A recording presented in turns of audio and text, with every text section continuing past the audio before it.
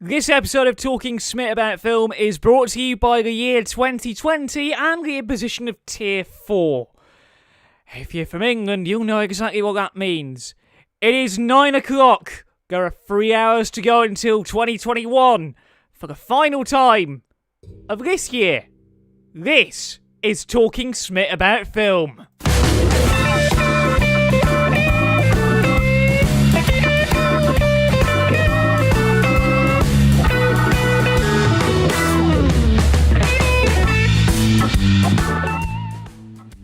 Oh, it feels good to be back, doesn't it? Good morning, good afternoon, good evening, but let's be real, it's likely the evening where you're watching. And welcome to Talking Smit About Film, the flagship film podcast from TheJackSmit.com. In a year when cinemas opened, closed, opened again and closed, BBC One became more of a news channel than light entertainment, and Christopher Nolan legitimately crashed a plane into a building, what more could you want from a film podcast than a bloke putting 2020 to bed in its dying hours? We are live on YouTube with just 2 hours and 58 minutes to go until the arrival of 2021 and all that it brings, and it is a busy show ahead. 4 reviews, the film news rundown, both this week and the whole year's box office statistics. Oh, and as a little bonus, you're getting 2 shows for the price of 1 tonight, because straight after we finish the last review on this Talking Smit About Film bumper live New Year's special, we're going to be going straight in to the Smit Awards for this year as well. So let's not waste any more time and get straight on with tonight's show. And importantly, a big welcome to all the new viewers who've come in over the last few weeks, the last few months, while I've been away dealing with things that we won't go into on a live show like this, because tonight we celebrate. Tonight we're celebrating more than anything else. So, let's start as we mean to go on. Here are all of the ways you can get involved with Talking Smit About Film. It's been so long since I've done it, I've had to write a script for this bit.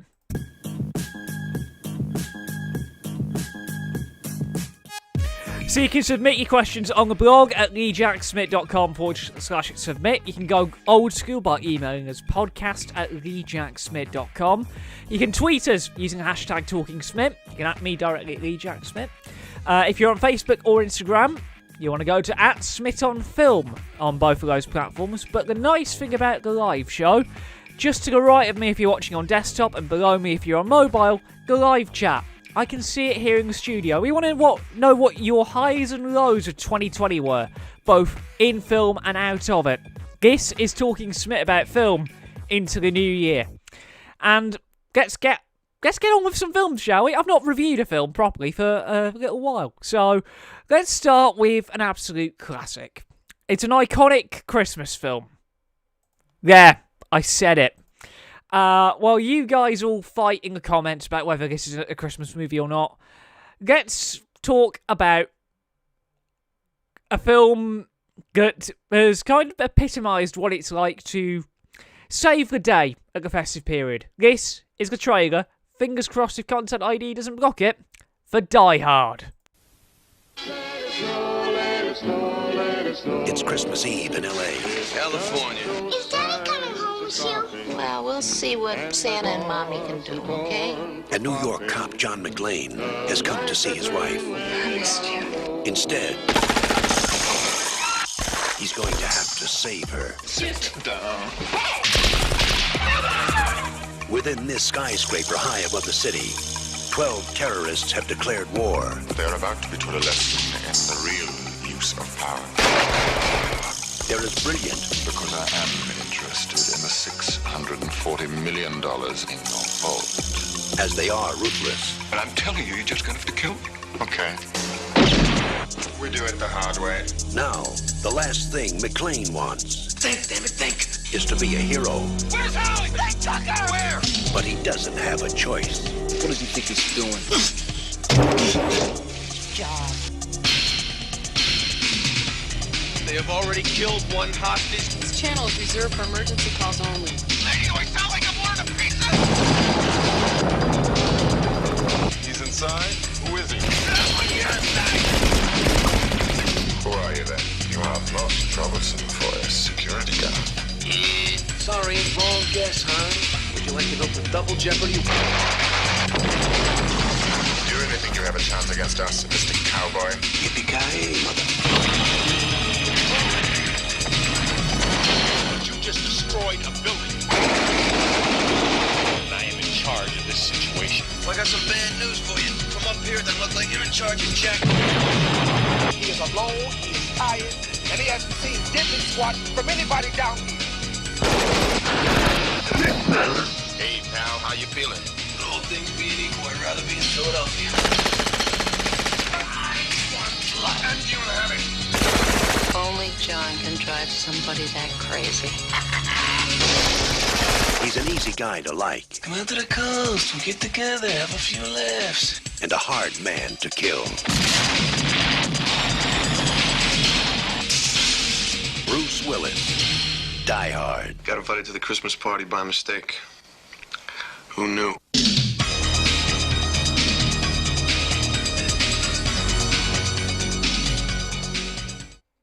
Who doesn't love a good bit of 80s cheese?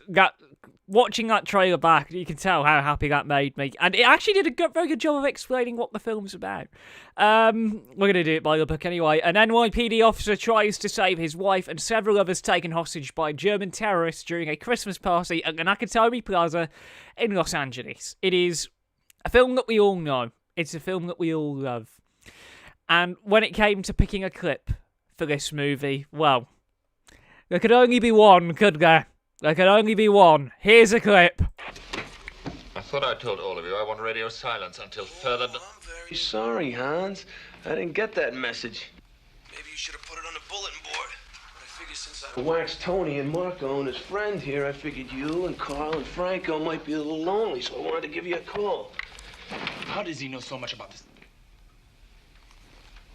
This is very kind of you. I assume you are our mysterious party crasher. You are most troublesome for a security guard. Sorry, Hans, wrong guess.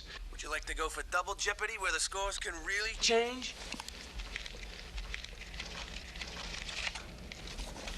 These are very bad for you. Who are you, then? Just the fly in the ointment, Hans. The monkey in the wrench. The pain in the ass. Whoa.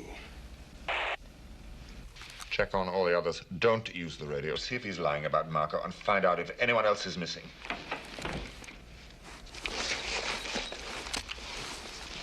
Mr. Mystery Guest. Are you still there? Yeah, I'm still here. Unless you want to open the front door for me. No, I'm afraid not. But you have me at a loss. You know my name, but who are you? Just another American who saw too many movies as a child. Another orphan of a bankrupt culture who thinks he's John Wayne, Rambo, Marshall Dillon. I was always kind of partial to Roy Rogers, actually. I really like those sequin shirts. Do you really think you have a chance against us, Mr. Cowboy? Yippee-ki-yay, motherfucker. Do we really need to say anything more than that? And I got a bit worried there. It said, we detected copyright content. We know. Because this is technically a Disney film now. Die Hard is one of those films that you can just watch time and time and time again. Because you always pick up something new within the film. Whether it's John McTiernan's direction managing to keep the levels of tension high for a 2-hour, 12-minute running time, or a script co-written by Jeb Stewart and Stephen D'Souza being able to create some incredible action set pieces that actually take cues from the original novel that this film is based upon. Even over 30 years on from its release, it hasn't aged that much, and that clip kind of proves it. It's all become very well known for how brutal it is, and launching the career of Bruce Willis to a stratospheric level. A level beyond which he didn't even think he'd reach. It is just incredible to think that this film is continuing to entertain audiences up and down the world. And even when the cinemas were briefly open here in England over Christmas, Die Hard was one of the films that they show, and it's obvious why. It's shot really well by Jan de Bont, who, hot and fresh science fact, just 11 years after he shot this film, he would direct a movie that would so bad that it would inspire some esteemed graduates of UCLAN's film production course under the esteemed leadership of our own journal executive producer Ed Greenberg. Evening, mate. And it's obvious Michael Cammon's score fuels the visuals with ease. Technically, there is not much to fault about this film whatsoever. This is when the performances come in. These are perfectly formed performances. You've got Bruce Willis playing the iconic role of John McClane, the everyman, the man who wants to save his family, his wife, the world from disaster at Christmas. He sells the emotion of seeing his wife and his friends get kidnapped incredibly well. He plays the perfect foil to the all-American hero. At the time, it was very unconventional because he didn't get many films that were like this in terms of the way they depicted the two roles. Playing forward to the American hero is arguably one of the greatest performances that our own Alan Rickman, God rest his soul, ever committed to film. Bold, menacing, absolutely executed to perfection. That Rickman performance as Hans Gruber quite rightly went down in history, and it was a toss-up between which clip to show, because the film's so old now I don't have to put out a spoiler warning. It was a toss-up between Yippee-Ki-Yay, which we can play because it's 11 minutes after the watershed. We can get away with playing F-bombs and stuff on the YouTube side of things. It was either that or Gruber off the side of the building. Those who've seen the film will know exactly which shot I mean. But this is what a good villain should be. And supporting these two are cast that includes Bonnie Bedelia, Reginald Val Johnson, countless others. But this film truly belongs to Willis and Rickman. It kicked off a big franchise. But the rest of the franchise, I'll be honest, the rest of the franchise isn't as good as the original. And a lot of franchises have that problem. In that they start off really strong and then they go downhill. I will be talking about other franchises that have had similar situations a little later on, because we'll be reviewing Wonder Woman 84 a little later on. And that's all I'm going to say at this moment in time. But it wouldn't be the festive season without the iconic shot of Gruber falling to his death, would it? Die Hard may be a product of the 1980s, but by modern standards, it is still really enjoyable. And it's become a franchise that Fox have exploited quite a bit for that sweet box office dollar. The original, and truly the best. So, now, how do we go about rating this thing? Because we gave it a 5-star review on TheJackSmit.com. Here on Talking Smit About Film, we work a little bit differently. Back in the day, I used to present a radio show called The Rip Ticket Show, and we've taken a rating scale from that and we've brought it over. So from top to bottom, it's masterpiece, go out and see it now, should be watched, worth a watch, wait for DVD, and not worth watching. And because it's Die Hard, the fireworks are already going off. It's a masterpiece. Because it is a film that you can just watch time and time and time again, and you can take something new out of it every time, and you can relax with it, and you can laugh at the cheesiness, you can sit there in shock and awe at how violent this film gets, because it is a violent film. It's still an 18 certificate to this day. But it's a film that just gives you a big level of enjoyment every time you watch it. And it's a Christmas film. It is a Christmas film. Don't come at me. It is a Christmas film. The writer has said it's a Christmas film. And that's the end of that debate. Fight in the comments, why don't you? So, we're 15 minutes in, and we have our first of many reviews done. Because we got 4 big reviews, and we might supplement them with a few mini ones in there for good measure. But before we go anywhere, earlier this evening, I've been been asked to mention this by Steph Lomas, who's the Vice President Education at UCLan. I was involved in a bit of an Among Us session earlier today, and we had a few inventive games of like normal vanilla Among Us, and we had a couple of hide and seek games, and that was fun. I was tempted to do we mention it on air or not? And I'm like, sorry, I'll mention it on air because it's the last one of the year, and I want to stay close to the UCLan fam, even though things are going to change in January. But it was good to see all the UCLan lot today. They asked to be mentioned, so I'll give them the benefit of the mention. So, film news rundown time. This is like the 4th revision of it we've done today.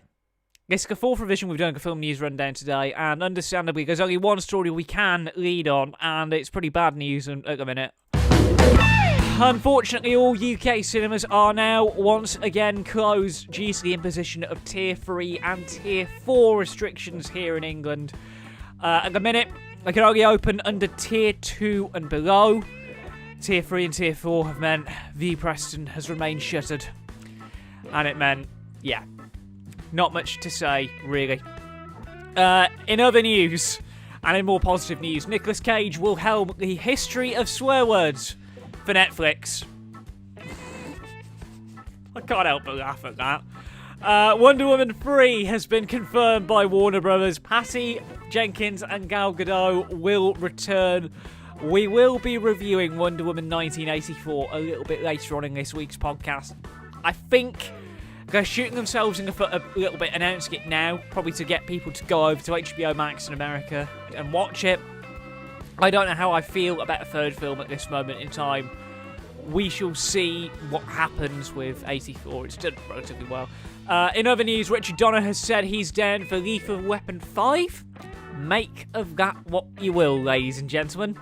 Another franchise coming back from the dead, just for the nostalgia pop. We also have the news that George Miller will be bringing back Mad Max. The prequel Furiosa has been dated for 2023. It's a few years late, but it's still very much welcome in terms of the Mad Max chronology, because Fury Road was incredible. Channing Tatum, his next project has been announced. He will be joining Sandra Bullock in the romantic comedy The Lost City of D. The role was meant to be Ryan Reynolds, but he was a little bit busy with other projects, so we had to turn it down. So we're getting Channing Tatum instead, or as my family call him, Chanham. It's a long story. Penultimate story for this little film news rundown. It's Arise Sir Roger Deakins, the legendary cinematographer behind Skyfall, 1917, The Big Lebowski, and Blade Runner 2049, is gonna be knighted in the New Year's honours, which is brilliant. He's had an incredible couple of years in the industry, and he deserves all of the accolades he can get. And finally, it's been a great couple of weeks for the Jack Smit Ventures. We've celebrated 2 major YouTube milestones within a week of each other. We're delighted to announce this morning we broke 4,500 views here on YouTube. And that is your film news rundown.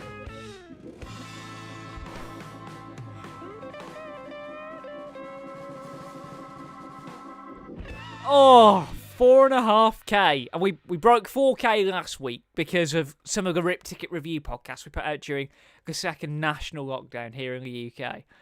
But we have broken 4,500 views.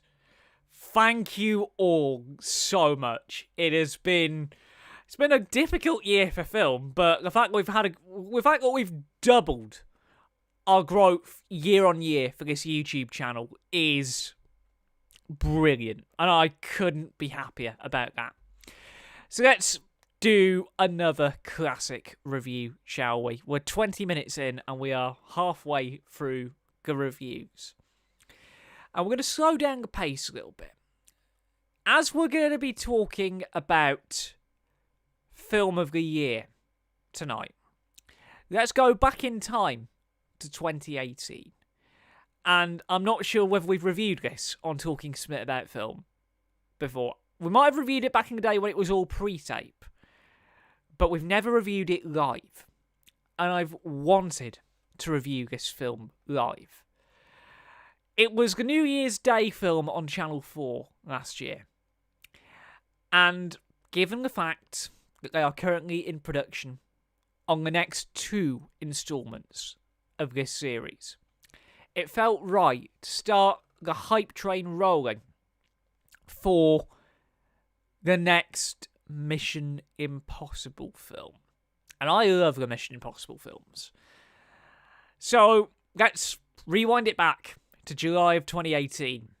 It was the subject of the very first episode of What the Hell Happened that never went out. If you've watched the Cinema Etiquette episode of The Journal, you'll know the full story about that. Let's talk about the Madman. Actually, I can't really call the Madman because I'd get my arse sued.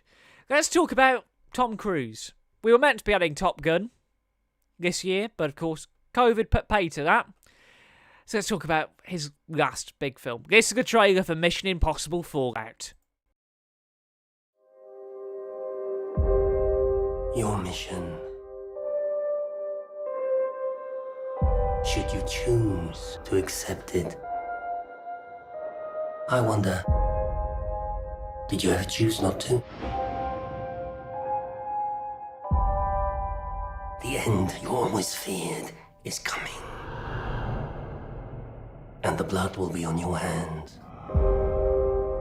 The fallout of all your good intentions.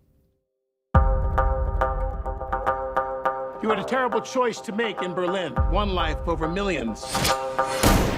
And now the world is at risk. This is the CIA's mission. If he had held on to the plutonium, we wouldn't be having this conversation. His team would be dead. Yes, they would. That's the job. Down with the victims. We both know you need them. Stuck in the middle of all irrelevance.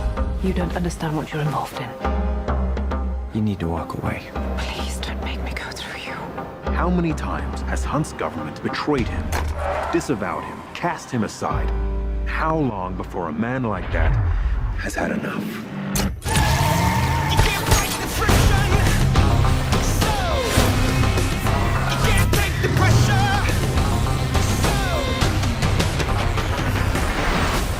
so Ethan, that's not who we are. Maybe we need to reconsider that.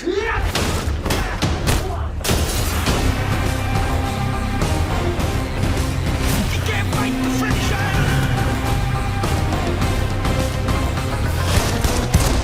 So, how is he? Oh, you know, same old Ethan.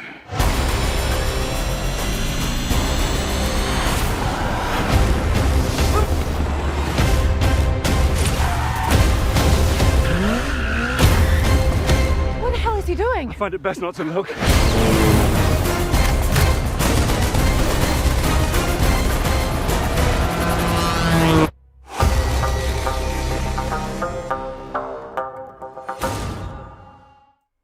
I love that trailer.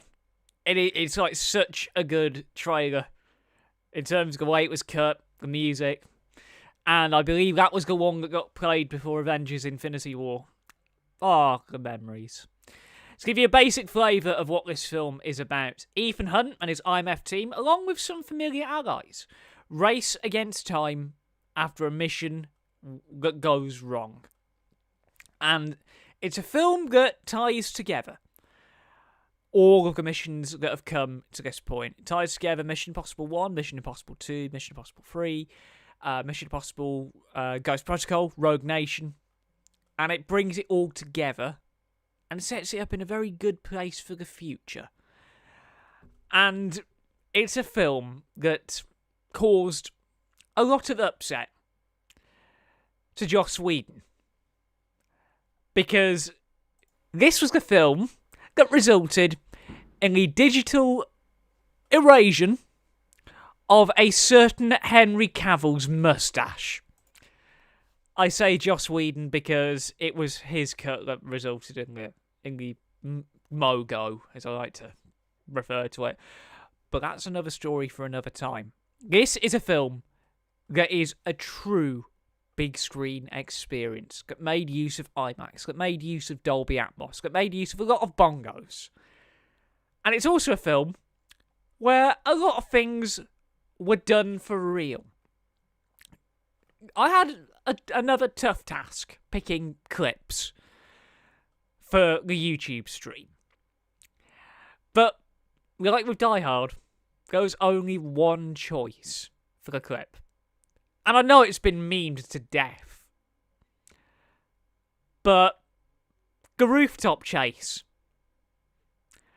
Viewers of a nervous disposition might want to look away for the next 2 minutes. Because who wants to see Tom Cruise break his leg? Here's a clip. Ethan, did you copy? Left, go left now! I'm working on it!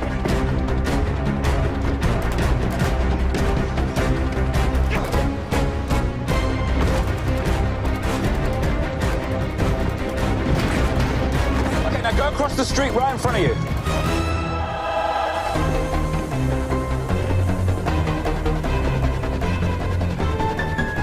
Ethan, he's getting away from you. You're gonna have to go faster.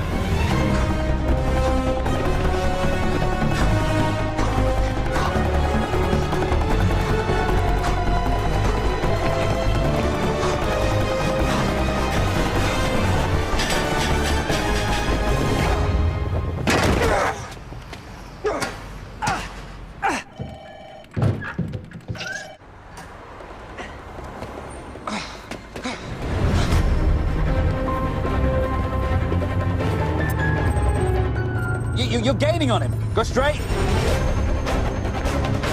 Straight! Keep going straight! Go straight, straight. Okay, now turn right. Right? Now? Yes, right. Are you sure? Yes, I'm...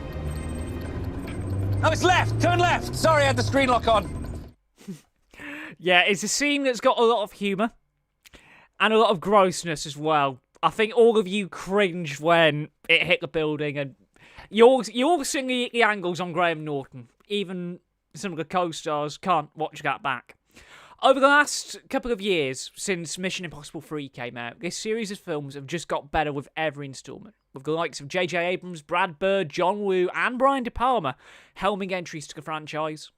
It felt natural for Chris McQuarrie, a frequent Cruise collaborator and director of the last film, to continue the incredible form that he spearheaded with this, arguably the greatest mission that has come out to date. Once again, it's McQuarrie writing and directing the film in the same manner that he did on Rogue Nation. And as usual, working with Tom means only one thing. You go big or you go home. For a 2 hour, 28 minute running time, which is, for the record, 2 minutes shorter than Tenet. The pacing's on point. The script is just pure perfection. The action set pieces are rightfully bonkers. And the stunt work is just jaw-dropping. Especially that last scene where he broke his ankle to do it all. It's shot in truly epic style by Rob Hardy, with 2 sequences shot specifically for IMAX viewers. And if you're watching on the Blu-ray, you'll get to see those IMAX scenes in all their glory. The high-altitude, low-oxygen jump, about 20-25 minutes in, shot in IMAX, screen opens up, and when that screen opens up, you are in for a ride. It is such a good scene. Fits IMAX 3. We'll be talking about IMAX a lot, if you haven't gathered. And then you got the climax of the film, predominantly shot in IMAX. And again, tonally, it works. Those are the best things you can get for an IMAX film. If the format switch works on a... not just on a filmmaking level, but on a tonal and on a plot level as well. Those are the best IMAX films you can get. And we also have to mention the blaring score from Lorne Balfe, who has had, since this movie, what a couple of years he's had.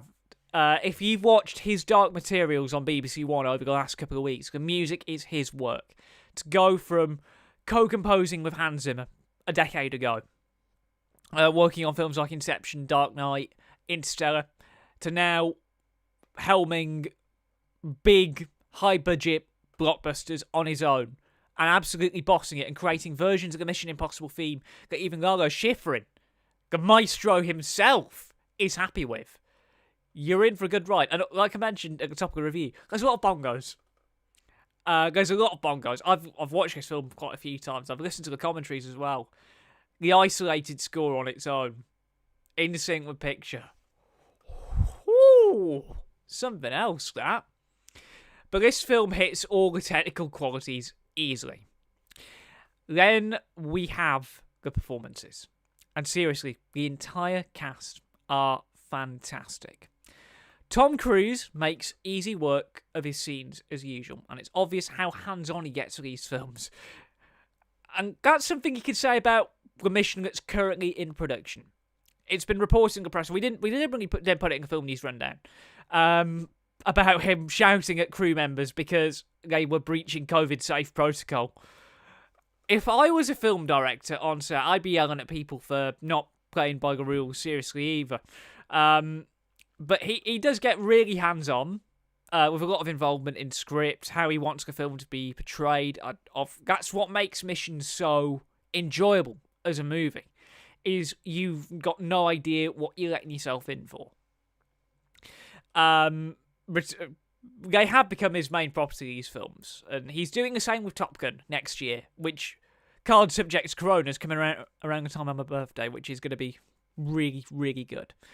Returning faces include Simon Pegg, who once again provides comic relief in the way only he can, and it's good to see Simon Pegg getting some big Hollywood work. Fun little story. When I seen this film at View, when View was open back in the day, God, it feels sad saying that. We got a lot of Simon Pegg because this film came out the week that old Medicinema promo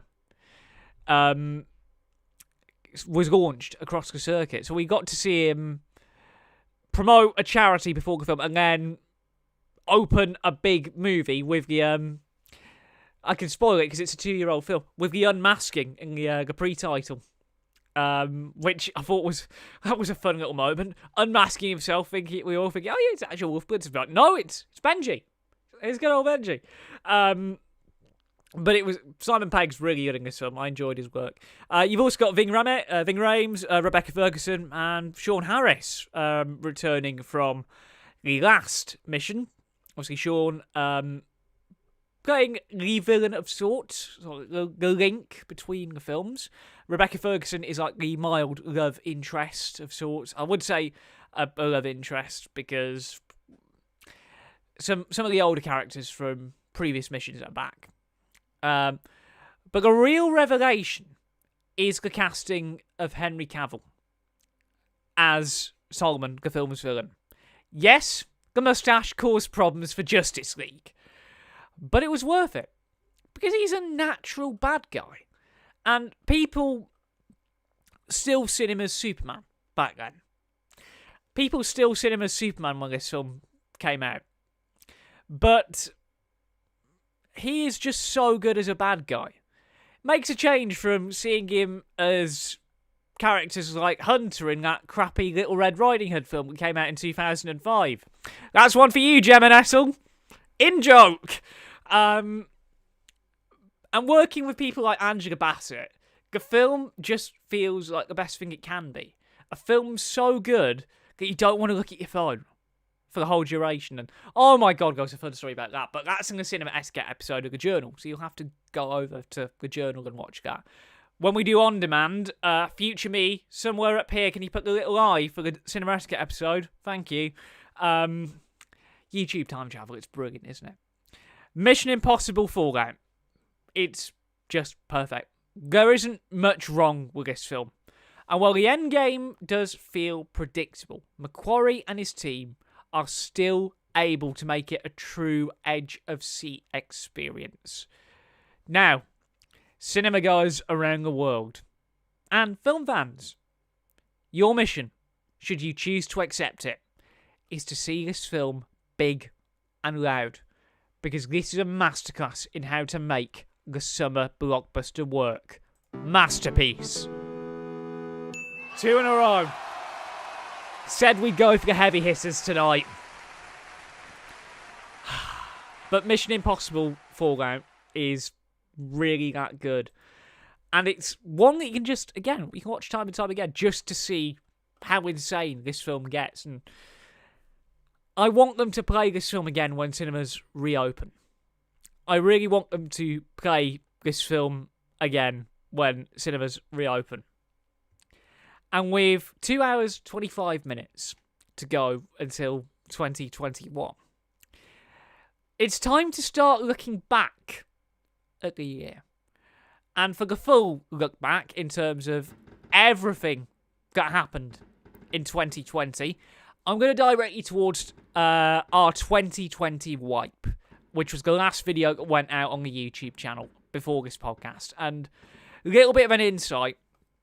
Potentially in January, there will be a director's cut episode of 2020 Wipe going out, because there was a lot that broke between the episode being finished on December 16th and it actually going out on Christmas Day. So there will be an extended cut of 2020 Wipe going out at some point in January, with a little bit extra, maybe even a little bit more from the Noxinator. And I have a feeling she's going to be watching this podcast somewhere in Preston. But there was a lot that we cut from Wipe, just to ensure that it would make it up on Christmas Day. Not least in terms of the change to the Christmas rules. Oh, that was bad timing on our part. But one of the things that we left out of Wipe deliberately for tonight's Talking Smit About Film is the year as a whole for the box office. Because films did release in cinema this year. And surprisingly, we're talking here in the UK about box office results in the millions. So, in the first of our 2 visits to the box office this week, we are going to look back at January to December at the UK and Ireland box office. And remember when films used to gross more than £800,000 in a week. We don't have the top 15, we just have the top 10. So without any further ado, What were the most popular films in UK cinemas this year? Well, at 10th place is Guy Ritchie's The Gentleman. It did £11.5 million for entertainment film. Family watched it the other night and they say it's really good. I expect a full review of that on Talking Smit About Film at the start of 2021. At 9th is Parasite. £12 million for Curzon. A really good result for Bong Joon-ho. A man who has had the best 2020 ever. The increased profile and the fact that a foreign movie won Best Picture was a great year to be a fan of the Bong Hive. At 8th is Jumanji The Next Level for Sony. Even though it came out at the end of 2019, it did £14.7 million in 2020. Probably pre-lockdown. Heard it here, it's really good. At 7 is Dolittle, the film that's still being promoted on buses even to this day for Universal. It did £15.93 million at the box office. Why 0.93? Well, it was that close. Because at 6 is Bad Boys for Life. Sony's latest entry into the Bad Boys universe did £15.96 million. Which, again, considering that the whole industry was shut down for a few months, is really good. Top 5 now. And even though it was the first major film to come out post-COVID, Tenet did £17.4 million for Warner here in the UK, which is incredible. At 4th is Little Women for Sony, which did £17.7 million at the box office, which, for an awards contender, incredibly good. At 3 is Star Wars The Rise of Skywalker, which did £18.8 million, both before and after COVID. And at 2 is Sonic the Hedgehog, which did £19.1 million for Paramount.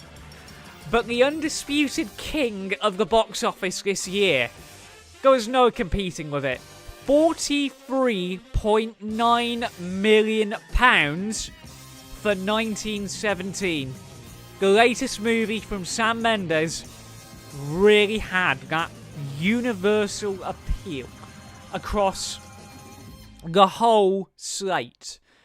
Amongst young, amongst old, and again, that will be a film that we talk about on Talking Smit About Film at the start of 2021, because we're going to be using the next couple of weeks to catch up on films that haven't had proper first take reviews. And I was going to say, because it's on Prime Video. And that kind of explains why I'm wearing this particular hoodie. A couple of weeks ago, a lovely chap by the name of Bruce Aitchison got in touch. Because I'm a bit of a rugby nose at the minute. I've been watching a lot of Gallagher Premiership rugby. Looking forward to seeing Sale on play on Saturday, even though we're playing crap under Deeks. Yeah, proper rugby nose. Been listening to a lot of podcasts and the like. But Bruce, who got in touch with us, he runs a little community called Happiness is Egg-Shaped, and he just launched merch for it. And he said, do you want to... It's a long story, but the family were sorted out with Happiness is Egg-Shaped merchandise, and there was a lot of rugby-related films that we wanted to mention. Obviously, we reviewed Invictus last year, November last year, on the week of the World Cup final, when England got absolutely slaughtered by the Springboks, and now I get to support one of them because Faf de Klerk plays for Sale. Got a bit torn about that, but there were a lot of rugby-related films, and we're going to try and review some of them on extra Talking Smit About Film episodes as we build up to the Six Nations. So you'll see things like Building Jerusalem, which is a really good documentary about how the England team built up for the 2003 World Cup win. Obviously, there is the big documentary that is being talked about within rugby as a whole. Dan Leo's documentary, Oceans Apart, Blood, Sweat and Pacific Rugby. And it's quite controversial in that it doesn't paint the leading body of the game in a good light. Obviously, there's a lot more that we'll get to, but I think we'll do a couple of rugby specials over the course of the Six Nations when that gets going in February. But that explains why I'm representing Happiness is Egg-Shaped on the podcast tonight. And we will have some more thorough rugby content, both here on main channel and potentially over on Just the Good Smit as well, because I'm going to have a lot more time to commit to second channel very soon. So, we've done some classic films. Who wants to hear about some relatively new movies? I know I do. This next film is legitimately the final movie I seen in a cinema for 2020. Sad face. But it's a really good movie to go out on. It came out in October. It was promoted during some of the classics, and we'll talk about some of the classic movies that played in cinemas during the Smit Awards a little bit later on. But this was a film that came out of nowhere. It's an independent Irish film, and I love a good independent Irish film. And it came out from nowhere. It was promoted a lot, and it just came out at the right time. This is the trailer for a little indie film called Pixie with Olivia Cook. Feast your eyes. I'm going to tell you a little bedtime story. How would you like that? The fella you ran into was coming to kill me. Sir. Is he dead? No, he's having a fucking nap. Yes, he's dead. What's in the bag? I'm guessing you fellas aren't used to being in the hot water you find yourselves in currently. Is that correct? One deal. It's way too big for you, trust me. Oh, sorry, Mr. Pablo Escobar. Welcome to Sligo. I figure you got a corpse in the back of your car and you're looking to skip town quick, am I right? I should probably let you know up front that I'm partial to adventure. You're saying it's priests that are after us. These guns aren't going to shoot themselves. Amen. Deadly gangster priest, yeah? The Lord will have his vengeance. You best not see your little fellas when we get out. It's a dangerous path you're taking here, boys. 1 minute, you're laughing, smiling, all easy breezy, like then bang! Stop what you're doing! Take your gun out of Father Nabby's mouth. This is a church. I didn't know they had Catholics in Afghanistan. She's got a plan. I know it. You think it involves us? Don't you worry about that. Pixie, what's going on? Should we go see the big scary drug dealer now? Yeah. I got Harry, Ron, and Hermione looking at me. I'll have to call you back. Bye-bye. This is a street value of just under €1 million. Who told you that? I googled it. Did that not sound kind of stupid in your head? It does coming out of your mouth. These sorts of adventures are always more enjoyable with a positive attitude. Oh, you got a sense of humor. I like that. She is quite something, that she is. I think we might be getting a little deep here. I think we're absolutely...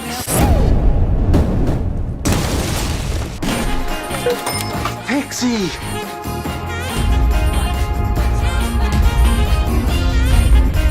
Whatever you choose, however many roads you travel, you find some way to break the rules, make a little trouble out there.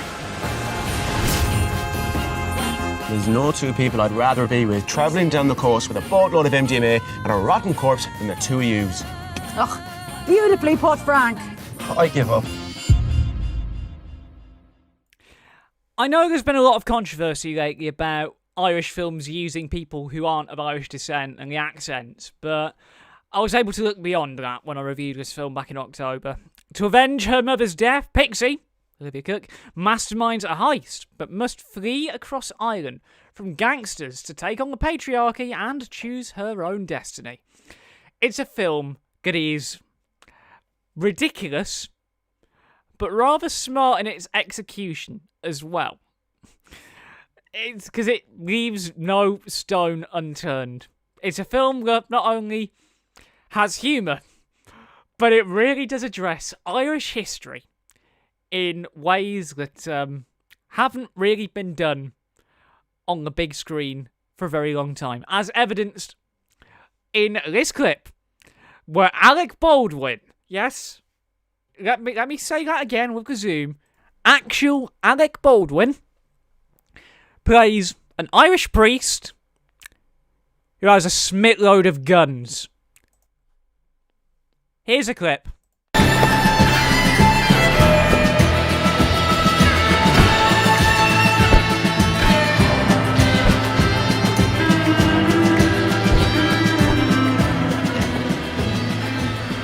Two, three, 4, 5, 6, 7. All good children go to heaven. Amen. Got it? Let us pray.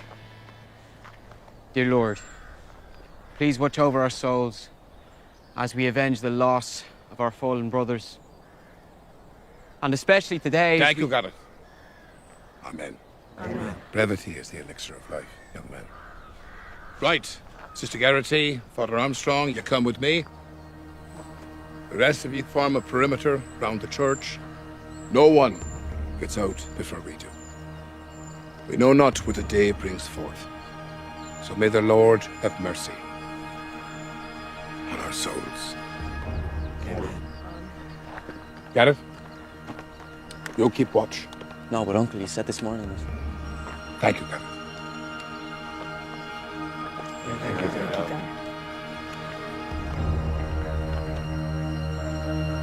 These guns aren't going to shoot themselves. Yep.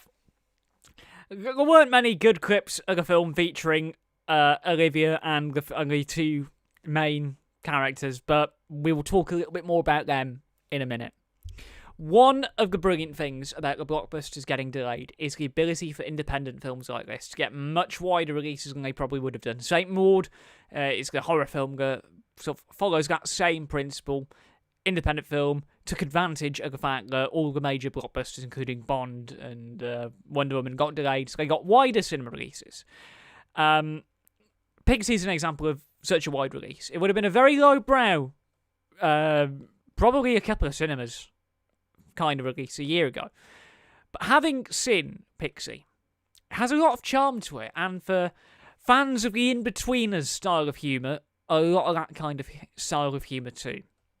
That's Barnaby Edwards in charge here, and even with his very mixed record, he is the co-director of the two St. Trinian's films that came out a few years ago, which, let's be honest, they weren't great. They were not great at all. He's able to craft a very neat film that clocks in at 94 minutes. And with a script from Preston Thompson, there is enough material to get plenty of laughs, as well as some very clever subversions of the crime comedy genre. You don't very often have road movies that have elements of religion, provocative stuff, let alone set any picturesque surroundings of Ireland. But there are some very clever subversions, and I really liked some elements of the film that really did away with what you'd expect because it's a relatively low-budget film. It is a dirt cheap film, but it doesn't feel like a dirt cheap film. It felt like they put all of their money, quite rightly, on the big screen, which is the best kind of thing you can ask for. You've got John DeMorman behind the camera. He does a good job behind the camera. And the score from Jerry Diver, and veteran of the crime movie, specifically the heist movie, David Holmes.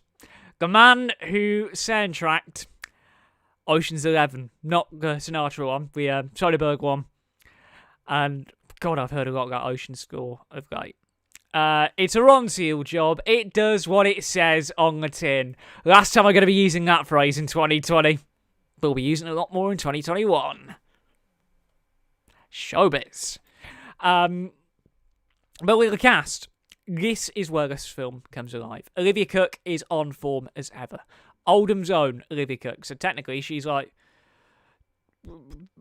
she's from about 40 minutes train ride from me. She's on form as ever, and supporting her is Ben Hardy of Bohemian Rhapsody fame and Daryl McCormack. And while their accents are relatively questionable, the trio have some incredible on-screen presence that make this film come alive. Throwing some great work from Cole Meany, Dylan Moran, Ned Dennehy, and somehow Alec Baldwin. And you have a really well-made Irish movie that has a lot of mainstream appeal, as well as some truly independent styling.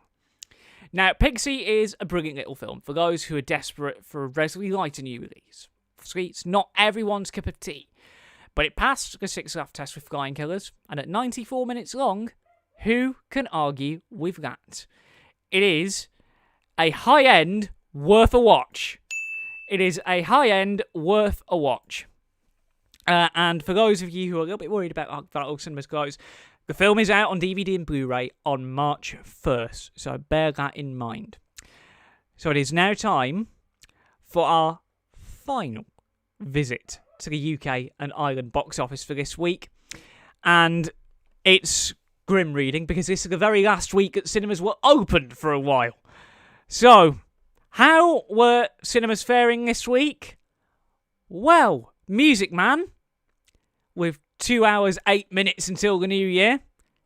One more time. At 10th place is A Christmas Carol from Munro Films. It has done £84,000 overall. It did 14 grand from UK cinemas this week, which, yeah. At 9 is the reissue of The Polar Express. Another £15,000 to add to its £384,000 gross for this Park Circus reissue. Add that to whatever it made back in 2004 and you'll have the full total. At 8 is an absolutely classic film, Muppets Christmas Carol. Again, another reissue from Park Circus. It did £16,000. It's up to £433,000 from UK cinemas, even though it is on Disney Plus nowadays. At 7 is the Christmas classic. It's the only film on this chart to have made £1 million overall this in the last couple of weeks. It's a Wonderful Life. £17,000 for Park Circus, who have dominated the reissues, and they have really supported the chains over the last couple of weeks. At 6 is Super Intelligence, Melissa McCarthy's new film from Warner. It's done $120,000 so far. It's in its third week, I believe. It is up to, well, it's done £19,000 in the UK cinemas. Let's talk about the top 5. Christmas is all around us. Love Actually did £20,000 from UK cinemas this week. It's done £122,000 overall. At 4th place is a brand new entry from Signature Entertainment. Come Away did £42,000, which again, given how many sites were open, is good going. At 3 is Home Alone, £635,000 overall, 56 grand this week for Park Circus. And at 2 is Elf, which did £83,000 this week. It's up to £327,000 overall in this reissue, which of course means brand new number 1. Surprise, surprise. It's the only new release that's out right now, and we're about to review it. Wonder Woman 1984 is your new and last UK box office number 1 of 2020. It did £846,000 from UK cinemas. When it will make any more money remains to be seen. And without any further ado, it is coming up on 9:55. We have been going for nearly an hour. Let's do your UK and Ireland, even though Ireland's not open, box office number 1. This review will be spoiler free. For those of you in America who haven't had a chance to watch it on HBO Max yet, for us Brits who haven't had a chance to watch it in cinema, or are waiting for the PVOD release on January the 13th, we will not be revealing any detail about the specifics of the plot. All we will do is review the film as only we know how. Ladies and gentlemen, this is the trailer for Wonder Woman 1984.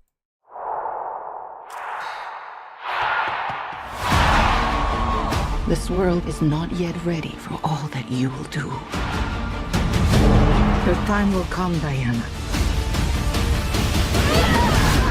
And everything will be different.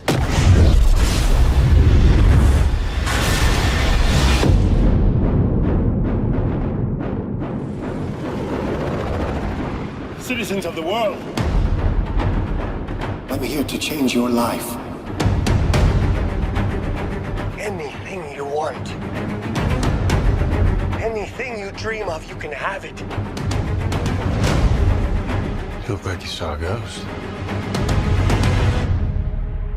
Diana, look at you. It's like not one day has passed. I don't want to be like anyone. I want to be an apex predator. You've always had everything, while people like me have had nothing. Well, now it's my turn. Get used to it.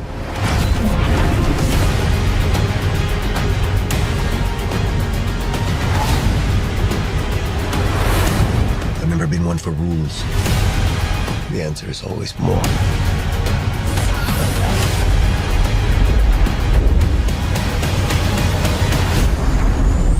The way I fly, they will never find us. I forgot to tell you. What? Radar. Will they shoot at us?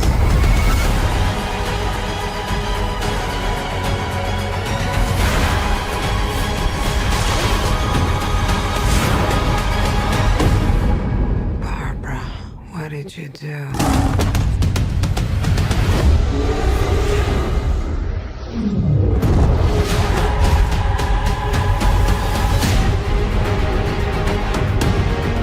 You know, I'm not so keen on this one. I figure you are, but you know what? I'm ready to go. I think we can do better. Parachute pants? Yeah, Does everybody parachute now?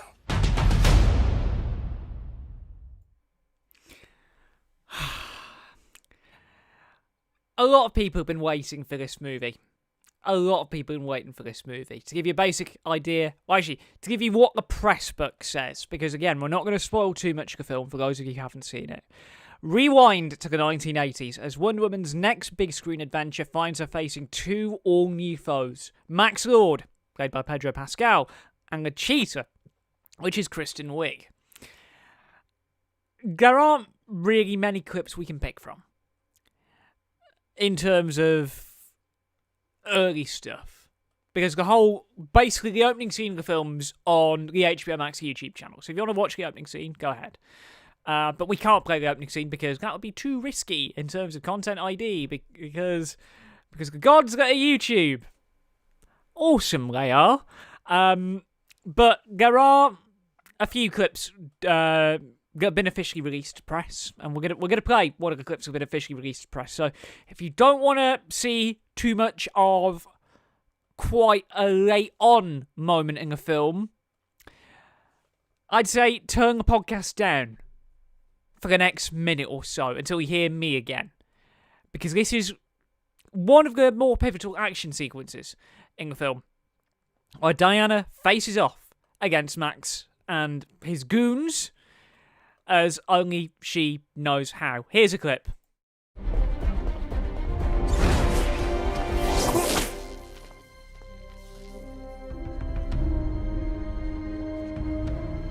Well, aren't you resourceful? Come with me. No, I don't think so. Remove this woman, please.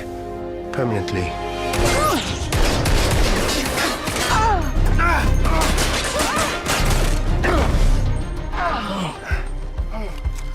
You okay? I don't know.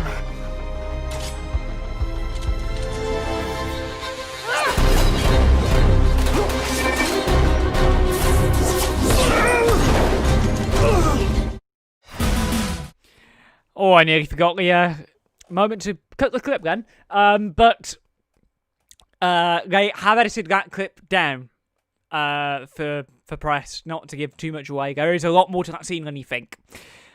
So, 7 release dates, a controversial HBO Max debut, and a lot of angry cinema owners later. The follow-up to DC's 2017 combo breaker is finally playing on some big screens around the world. I really wanted to enjoy this film. I really did, but knowing what Patty Jenkins did with that sensational first entry in the franchise. But unfortunately, this suffers from the sequel curse. It just doesn't reach those highs, and I wish I didn't have to do this. I really wish I didn't have to do this. But gallery people, can you put Grant music on? Jenkins obviously has a clear plan for the franchise. It's obviously why she signed to write and direct the third film, and I don't blame her. But while the direction is decent, clocking in at 2 hours and 31 minutes, it could have done with quite a few tweaks here and there. Some elements do drag on a little bit longer than they need to, and there aren't really much in terms of action scenes. It just doesn't have as much action at all, just correcting the picture so it's consistent. But it's all over the shop. On script duties, you've got Jenkins working with former DC studio head Jeff Johns, who, come on, Jeff Johns is responsible for some of the worst moments in DC, including Batman v Superman: Dawn of Justice. Him and Hamada, they need to go. But you've got Dave Callaghan working with them on scripted as well. Again, it's decent, but there's room for improvement. This is where the film struggles. They have no coherent structure. You can tell which bits were forced in by the studio, which bits were forced in by Jenkins. It's written by committee, and that's the problem that DC have had. When you have Alan Heinberg writing the first one so brilliantly, it feels a lot more refined. This one doesn't have that. This one does not have that at all. On a brighter note, Hans Zimmer absolutely nails it on scoring duties. I've missed hearing his music on a superhero film, or on any film in general, because he's been that busy working on Dune. That's why we didn't get him on Tenet. And with Matthew Jensen, once again overseeing cinematography duties, visually, this film has no problems at all. Aside from one, the IMAX sequences. There are 2 IMAX scenes in this film. Neither of them, well, one of them works tonally, the other not so much. Why do you waste 70mm film on pointless sequences that don't suit the IMAX cameras whatsoever? It just doesn't make sense. It doesn't make sense at all. But as for the cast, there are no issues here whatsoever. Gal Gadot continues to create a version of the character that firmly resonates with this generation, and obviously paired up with Chris Pine, the pair of them continue at the same standard we all got to see back in 2017. On top of that, we got Connie Nielsen, Robin Wright returning too. But joining the team this time round is Kristen Wiig and Pedro Pascal. You got to see a little bit of in the clip. It makes some good, yet a little bit underdeveloped villains. Having had a bit of time to look back over the film, and with DC's future lineup in view, I just think this film's going to make a little bit more sense once the Snyder Cut has come out and all of that has settled. And I know Restore the Snyderverse has been trending on Twitter today. But once that dust has settled, we'll have a lot less loose ends. There are still a lot of loose ends in this film. This feels like just a contractual obligation on the road to a further storyline, and that's not what you want from a superhero film. And considering the quality of the more recent output within the DCEU, namely Shazam, Aquaman, a few others, this feels like a minor blip in the long-term plan. And I know a lot of critics have been getting flack for hating the film. It is still a good film, do not get me wrong. There are issues. As the first major superhero film after Endgame, as the first major franchise after COVID, audiences have to be satisfied, and they are. Early figures are looking good. But in the wider DC picture, this film's just filler. And that's a shame. Because, well, it's still worth a watch, but nowhere near as good as the original.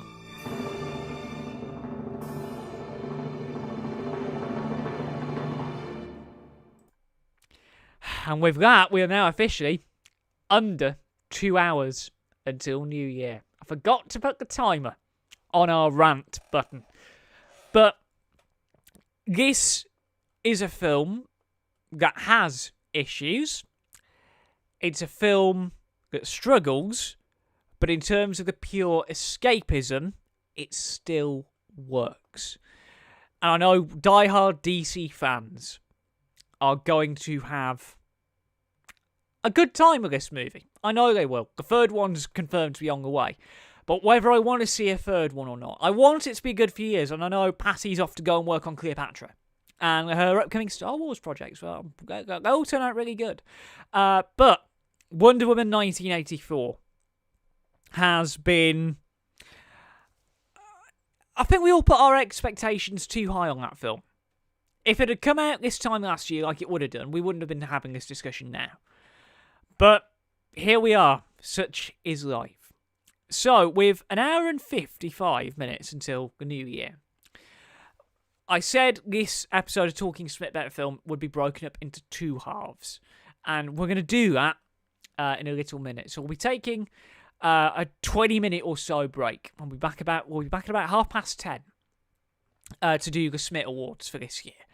But before we go for a little break, and I can rest my voice up a little bit because I have a lot of shouting today because of Among Us, we've cut together a little montage of the best bits of the In-Vision Talking Smit About Film episodes that we've been doing since the first lockdown kicked in mid-March.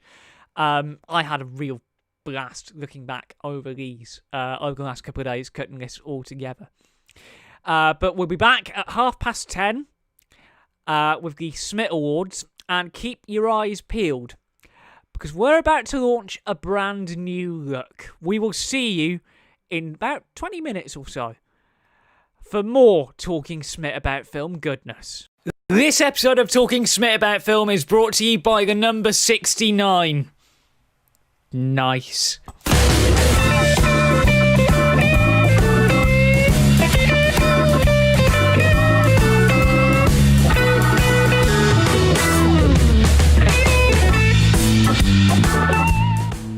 Right, let's try that again. Good morning, good afternoon, good evening. Welcome back to this week's Talking Smit About Film, where we were preempted by OBS being an absolute nightmare. But given the fact that Christopher Nolan films like to play with memory and the mind, it is only fair that something has to go wrong on tonight of all nights. And relax, we're back live on YouTube. I can breathe a sigh of relief. Yep, we are actually doing this. Hello and welcome, wherever you're listening, wherever you're watching, to Talking Smit About Film, the flagship podcast from TheJackSmit.com. I am Jack Smit. Hello, welcome. In a week where Sean Connery was voted the best Bond, the letters WAP trended on Twitter as people got nostalgic about old school mobile phone internet and nothing else, and Epic Games went to war against Apple over microtransactions. What else would you need from a film podcast than a bloke talking about some really actually good movies? Apologies for the impromptu early start this week. In the last half an hour, my fantastic, shall I say, colleagues at the View Cinema in Preston got in touch with me and said, Jack, do you want to be part of a Zoom call later? So I thought, bugger it.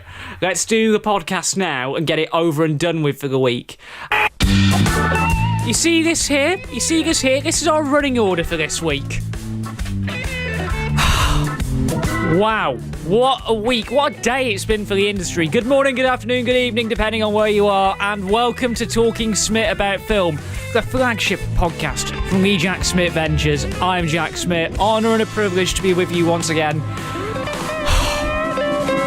We've got to talk about what's just happened with the Paramount decree. This is a game changer. If you've not already heard, we'll talk about it a little bit more during the Film News Rundown. But the stranglehold on American cinema exhibition is no more. Movie makers can now buy cinemas in America. This has not been possible since 1948. This is seriously a big deal.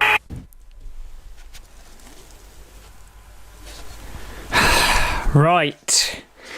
Let the fun begin. Mulan is going straight onto Disney Plus as a $30 rental. A rental which you cannot keep if you cancel your Disney Plus subscription. The exhibitors have been rung the wrong way about this, so much so that Frenchman Gerard Lemann, who posted this footage on Facebook of himself smashing a Mulan standee. This really made me laugh when I seen it on Wednesday when the news broke. He looked like he had fun doing that. But I watched a film featuring a man who would do this in 1988 film Taffin. If you've watched a recent episode of The Journal, you will probably know what's coming when you see this clip of Pierce Brosnan. What goes on in this town is none of your business. As long as I'm living here, it is. Then maybe you shouldn't be living here! Any excuse to play that clip. Cineworld have announced that they plan to reopen all of their cinemas in July, come what may. That includes the Regal circuit over in America. Bold, risky move, but apparently they're following the science. So, again, unsure as to what's happening there. It's been a relatively quiet week in the industry, hasn't it? It's been a really quiet week in the industry. Why? Because Tenet tickets have finally gone on sale. Ooh.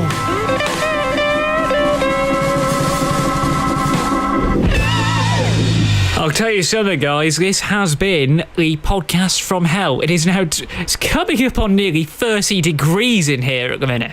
Frank Actual Oz, you know, the voice of many Muppets back in the day. Sorry, oh, hang on. Muppets are real. Big volcano goes boom. Now, supporting them are a cast that includes Demi Lovato, a man who, every time I mention him, I have to play this clip. Then maybe you shouldn't be living here! The one and only Pierce Brosnan. Why? Why am I even doing this?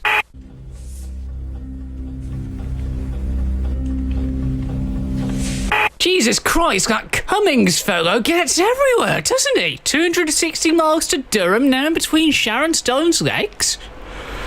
Long podcast listeners, you will have no idea how long that took to censor the scene. Unfortunately, we had to because some stupid YouTube guidelines.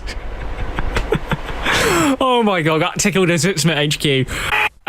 We are temporarily down because of that trailer. Hey! Thank God we are recording this locally. A lot of expectations yet. I knew this would be a disaster. After being coerced into working for a crime boss, a young getaway driver finds himself taking part in a heist that is doomed to fail. We would play a clip, but knowing that has just happened... What an absolute disaster!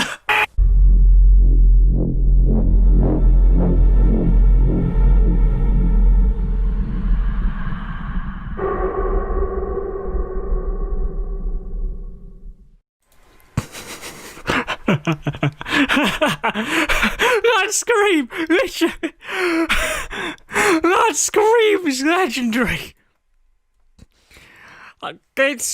Yeah. To give you a basic idea of what this film's about, God, that trailer finished me off.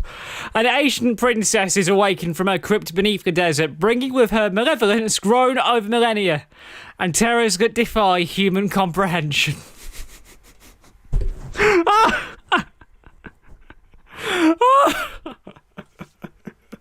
And you know the worst thing is, they changed the screaming the film, they changed the damn thing. I need to get my composure back, here's a clip. I'm not fucking leaving! Do we really need to say any more than that? I mean, there is one thing I want to say about that particular clip, but I can't say it because again, all will become clear. Sometimes, the best surprises come out of nowhere. Hang on. I think this must be the voice message. The automatic doors to Smit Isolation Station 24601 have opened. Please put on your face mask, your jeans, your blazer, and prepare to return to the office. Mr. Smit, please play the video file that has just appeared in OBS. I hope this means what I think it means. Well then. That was the worst kept secret in Preston's cinema industry right now. But the rumours are true. View Preston is back open next Friday. And it means I'm going back with them. I have known about this for 3 weeks. I have known about this for nearly 3 weeks, and I could not say anything until tickets had gone on sale. And, well, tickets are now on sale for Tenet. And surprisingly, we have beaten the local press to it. There's been nothing in the Lancashire Evening Post, there's been nothing on Blog Press, and so this is kind of a world exclusive. Henry Cavill has put new meaning to the words nerd porn this week. Yesterday, he posted footage on Instagram of himself building a kick-ass gaming PC, and he broke the internet in the process.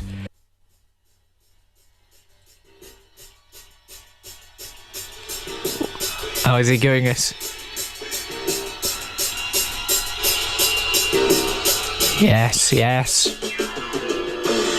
Whoa!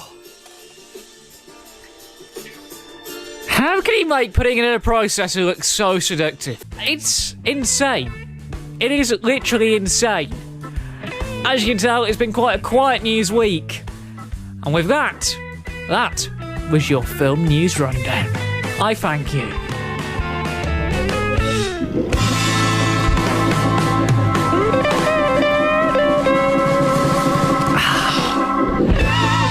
At 2 o'clock this afternoon, I made a cup of Earl Grey. And this thing has meant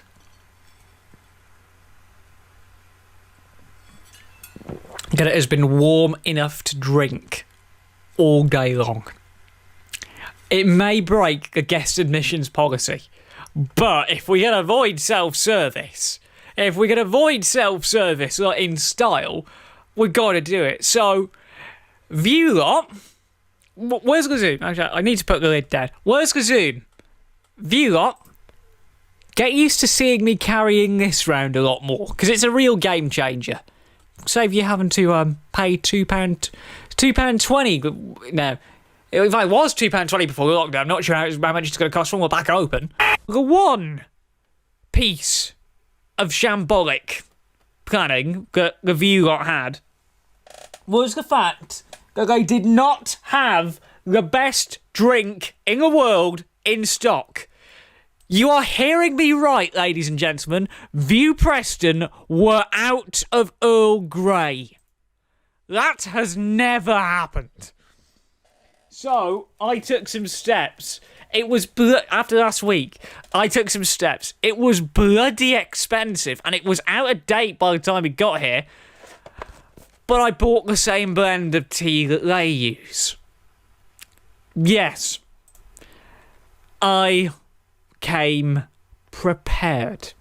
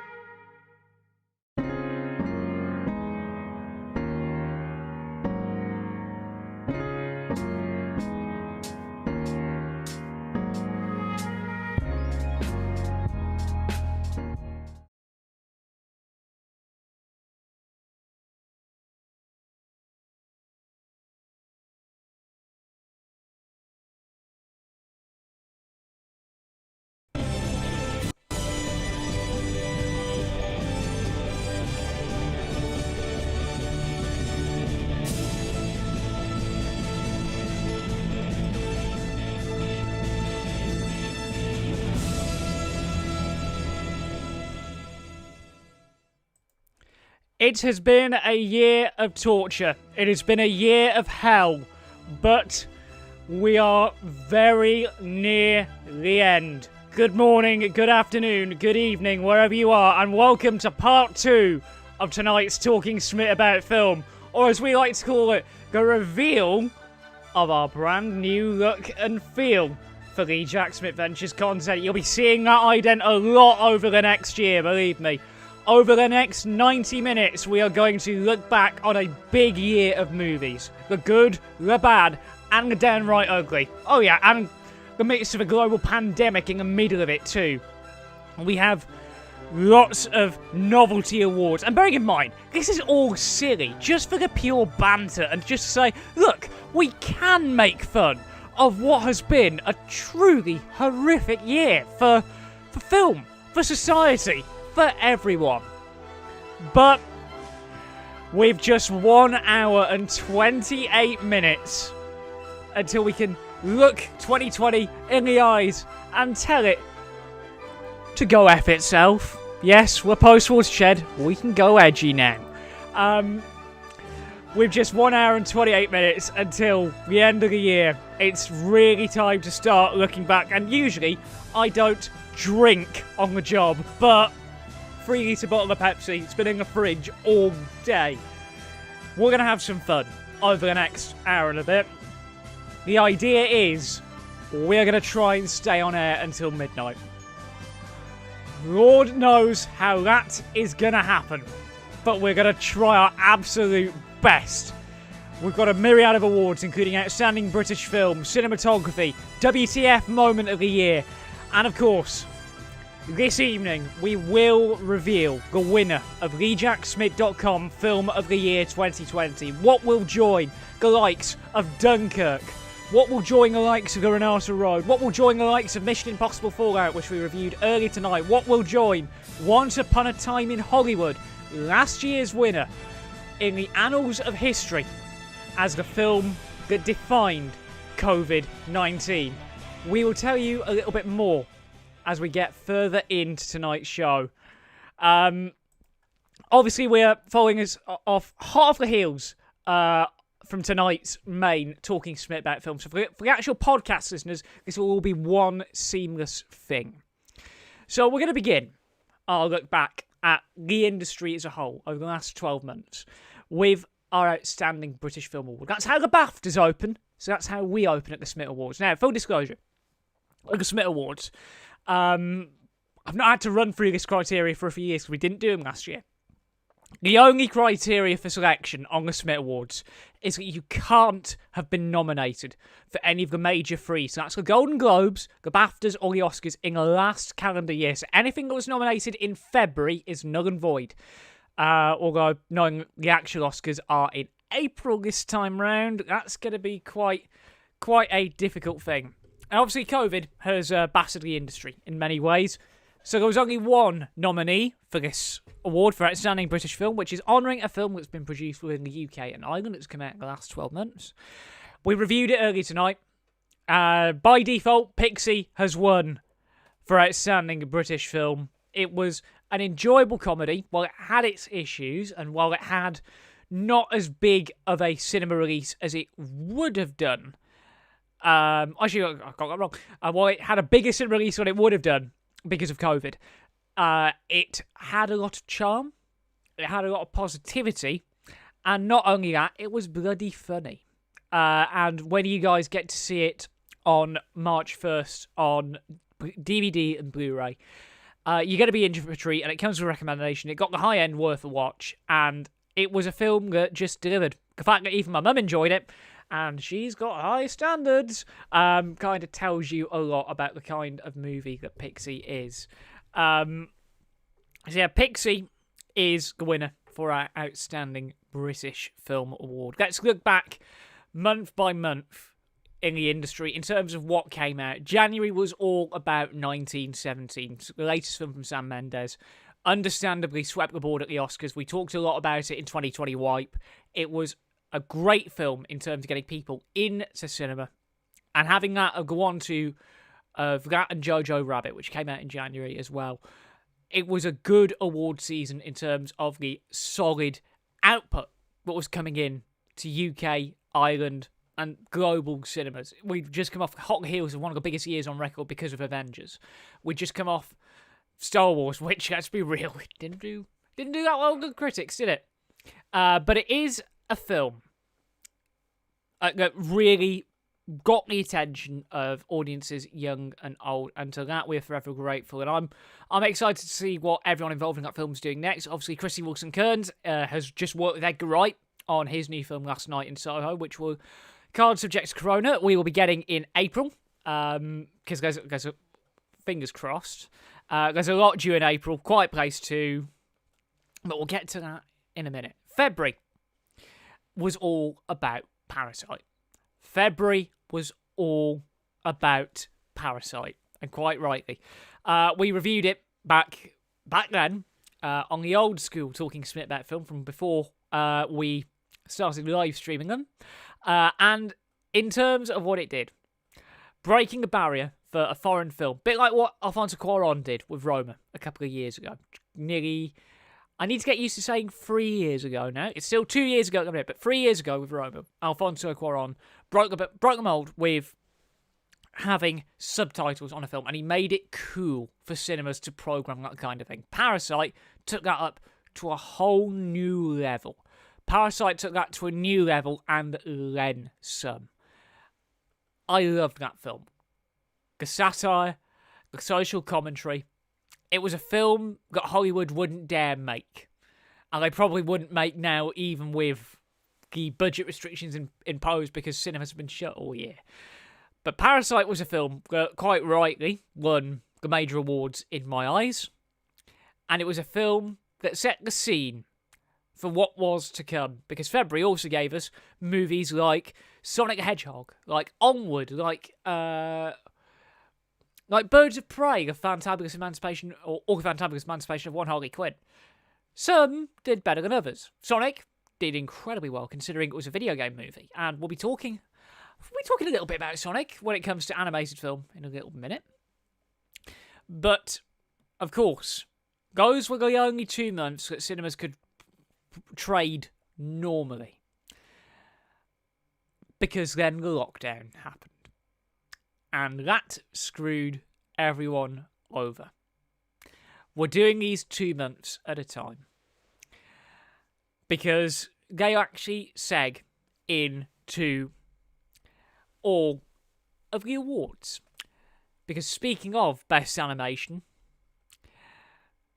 by default, because I haven't had a chance to watch Soul yet.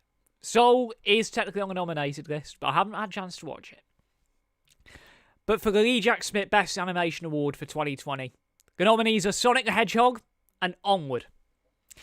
And I can confirm that Sonic was the more superior of those 2 films. It was the movie that won over gamers' hearts back in February. And while Onward was enjoyable, and we did review it on Talking Smit Bat Film Unboxing back in July, Sonic did a lot more for the old curse of video game to film adaptations. Jeff Fowler knew the character, he knew what he was doing, and yes, we're not going to mention the fact that the entire character had to be replaced at the very last minute because fans weren't happy with the general design of Sonic, but that decision by Paramount would ultimately prove to pay off because it made the film that so much better. And as a big old nerd who's been doing a lot of gaming, I mean, all I'm going to say is I'm 2 missions off finishing Borderlands 3, Ed, if you've not already caught it by now. It was a film that did wonders for the character, and I am really excited to see what the sequel's going to do. I'll go still going down the route of video games, bringing in all the characters as it was back on the Mega Drive, and to capitalise on the fact that next year is the 30th anniversary of, if the 30th or the 40th anniversary of the character being created. So it's a good way to go into 2021. It's a really good kids film, and one for all of the family as well. It's a film that works on many levels, and kids will enjoy it, grown-ups will enjoy it, big geeks will enjoy it. And that is fine by me. While we are on the case, because we really don't have many awards to get through, thinking about it, let's do the first half of the Screenwriting Awards. Now, a good script is always paramount to whether a film lives or whether a film dies. A script is the key to having a director know what they want to do and having producers who actually understand what they're talking about. We will begin with adapted screenplay. So things that have been written about things that already exist. This year's nominees, there are 3 of them. Sonic the Hedgehog, Wonder Woman 1984, and a lot of people will be quite shocked about this, Eurovision Song Contest, The Story of Fire Saga. That's right. This year we relaxed the requirement for Netflix. Because, of course, we had to. It was a tough contention. Wonder Woman, I've talked about why Wonder Woman's script wasn't as good earlier on in tonight's main Talking Smit About Film podcast. Sonic was good, but in terms of the pure banter, the enjoyment, and the way it actually honoured the legacy of what it was trying to portray, this is going to make a lot of people pretty insane. Eurovision The Story of Fire Saga is officially an award-winning film. And somewhere, Steph Lomas, my old mate Steph Lomas, will be very happy. But what Eurovision did, it was an American script, and the Americans traditionally don't get Eurovision. They've always looked upon it and laughed at Eurovision. So having Justin Timberlake a few years back perform the music that he would write for Trolls on the Eurovision show itself kind of shifted the perception. And what Eurovision The Story of Fire Saga did was it opened it up to a lot more. It honoured the contest, didn't poke fun at it, took it seriously, because you're meant to take Eurovision seriously, not politically or anything like that. It took Eurovision as a concept very seriously and made it just work on a big screen, or small screen, because it was predominantly small screen viewing. It was predominantly small screen viewing. March and April time. And this is where things got interesting. Obviously, a lot more of us were watching TV. A lot more of us were buying up to Disney Plus for the freshly launched one day after the lockdown. Best timing in the world. We discussed it in full in the journal last week.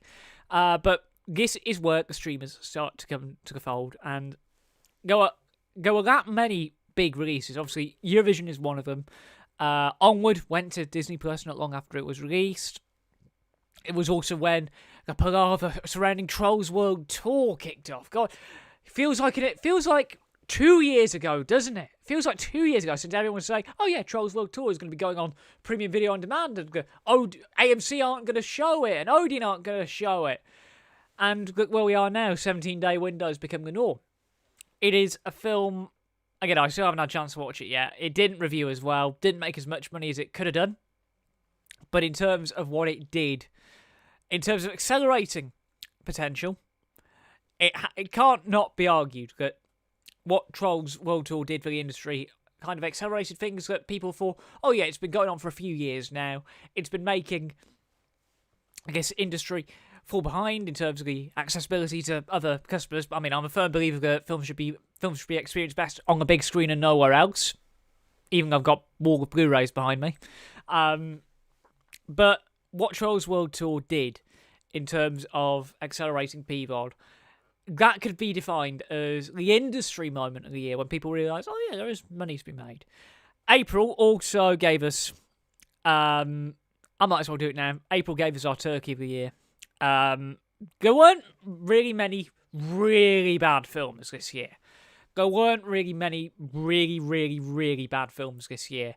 But one of them stood out like a sore thumb, and even with all the star talent and the Russo's involvement, unfortunately, I have to announce that Extraction from Netflix, the Chris Hemsworth film, is the Jack Smit Turkey of the Year 2020, joining the esteemed company of films like Nine Lives, The Emoji Movie, and, of course, The Queen's Corgi, which, if it wasn't for COVID, The Queen's Corgi would have been coming out in cinemas over there this year. And it probably won't make as much sense now that Biden's been voted in. Oh, timing! Yeah, if you can tell, it's real last day of term vibes here at TheJackSmit Ventures. The chains are off. The chains are very firmly off. But with Turkey of the Year, it is a film that is just so bad you just can't watch it. Speaking of things so bonkers that you can't watch it, we're saying screw the running order tonight. The winner of WTF moment of the year, plane into building Tenet, or as a lot as we're legally obliged to call it, I just had it in the ear. It's the I Smell Bull Smit Award now, not WTF moment of the year. We changed it a few years ago. Producers just had me in the ear then. But the I Smell Bull Smit Award for 2020 is the plane crash scene in Tenet, because no one expected an actual plane to go into an actual building, and having watched back Tenet a few times now, it is hard to believe. It's just incredible to believe that Chris Nolan just keeps upping the ante on every practical stunt that he does, specifically ones that are more geared around IMAX. Because that sequence in IMAX was nothing short of extraordinary. That, quite the moment. Just thinking about it makes me grin. May and June were quite quiet in terms of movies. Understandably, because everyone was focused on the Black Lives Matter protests that were going on around the world, and quite rightly so. We, again, for the full news on all of that, 2020 wipes the best place to go. We're just doing like a short and concise summary of the year. We're going to attempt to wind down the hellhole that was 2020. But everyone was focused on Black Lives Matter, and quite rightly. And on top of that, we launched Talking Smit Film live here on the Jack Smit YouTube channel. We got Rip Ticket Review going, which we've not mentioned this yet. To everyone who's watched a Rip Ticket Review, especially that Van Damme episode, thank you very much. Wasn't expecting that episode to become the highest performing thing we've ever put out. Higher than even the Journal. But June was a great month for podcasts. We also got the first tentative steps in May and June towards the restart. As on May 10th, we got the blueprint for how easements are going to play and how the American cinemas would start reopening their sites. Obviously, here in England, they didn't open until July 4th. But we got the first tentative steps out with the German and the Dutch reopening. And they are two key markets here in Europe for another 10 minutes. We're not going to dwell on the fact that Brexit's happening in 10 minutes now.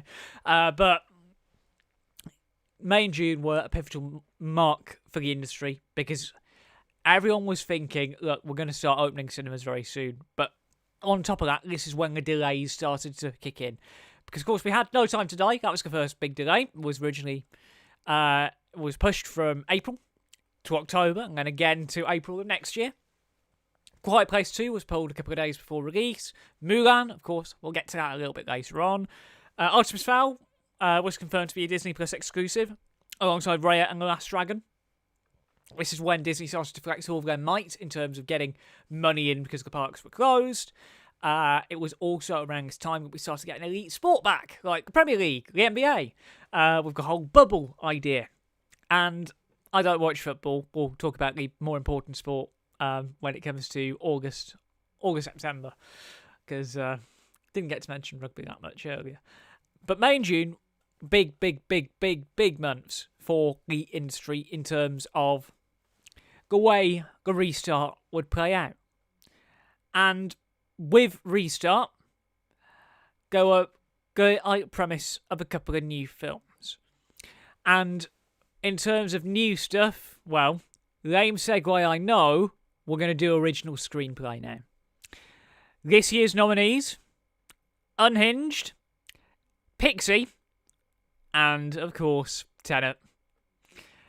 Anyone who knows me will know exactly what's won this award. While it might have been one of the most complex films known to man, on the second rewatch, you can understand it even better than you did going in. It works on multiple levels. Original screenplay goes to Tenet, which, again, knowing me, is no surprises there. July and August. July 4th was when the first 10 cinemas in the UK reopened. It was a good day, that. We also did our digital birthday marathon in lieu of actually getting down there and doing 3 films back to back. It wasn't the same, and a bit of an exclusive here. My God, we have I've seen the plan for the 2021 marathon. Oh my God, we're going mental next year. But with the reopening of cinemas and the start of release of new content, we got films like Unhinged, which came out July 31st. We got a lot of independent Aussie and European art house films getting releases because they were the only things that were made available to cinemas at the time. But we also had a bit of cautious optimism because the whole industry were thinking, would it work in terms of distancing? Would it work at 50% capacity in many cases? Would it even work at 20% capacity? Would they be allowed to sell concessions? Would the mask use be mandated? We got our answers to those questions soon enough because cinemas are closed again. Here in the UK, for now, at least. But that month of July was the most optimistic this industry has been for a very long time because the restart was staggered, very well handled, and the way my local cinema did it was very, very, very well thought out.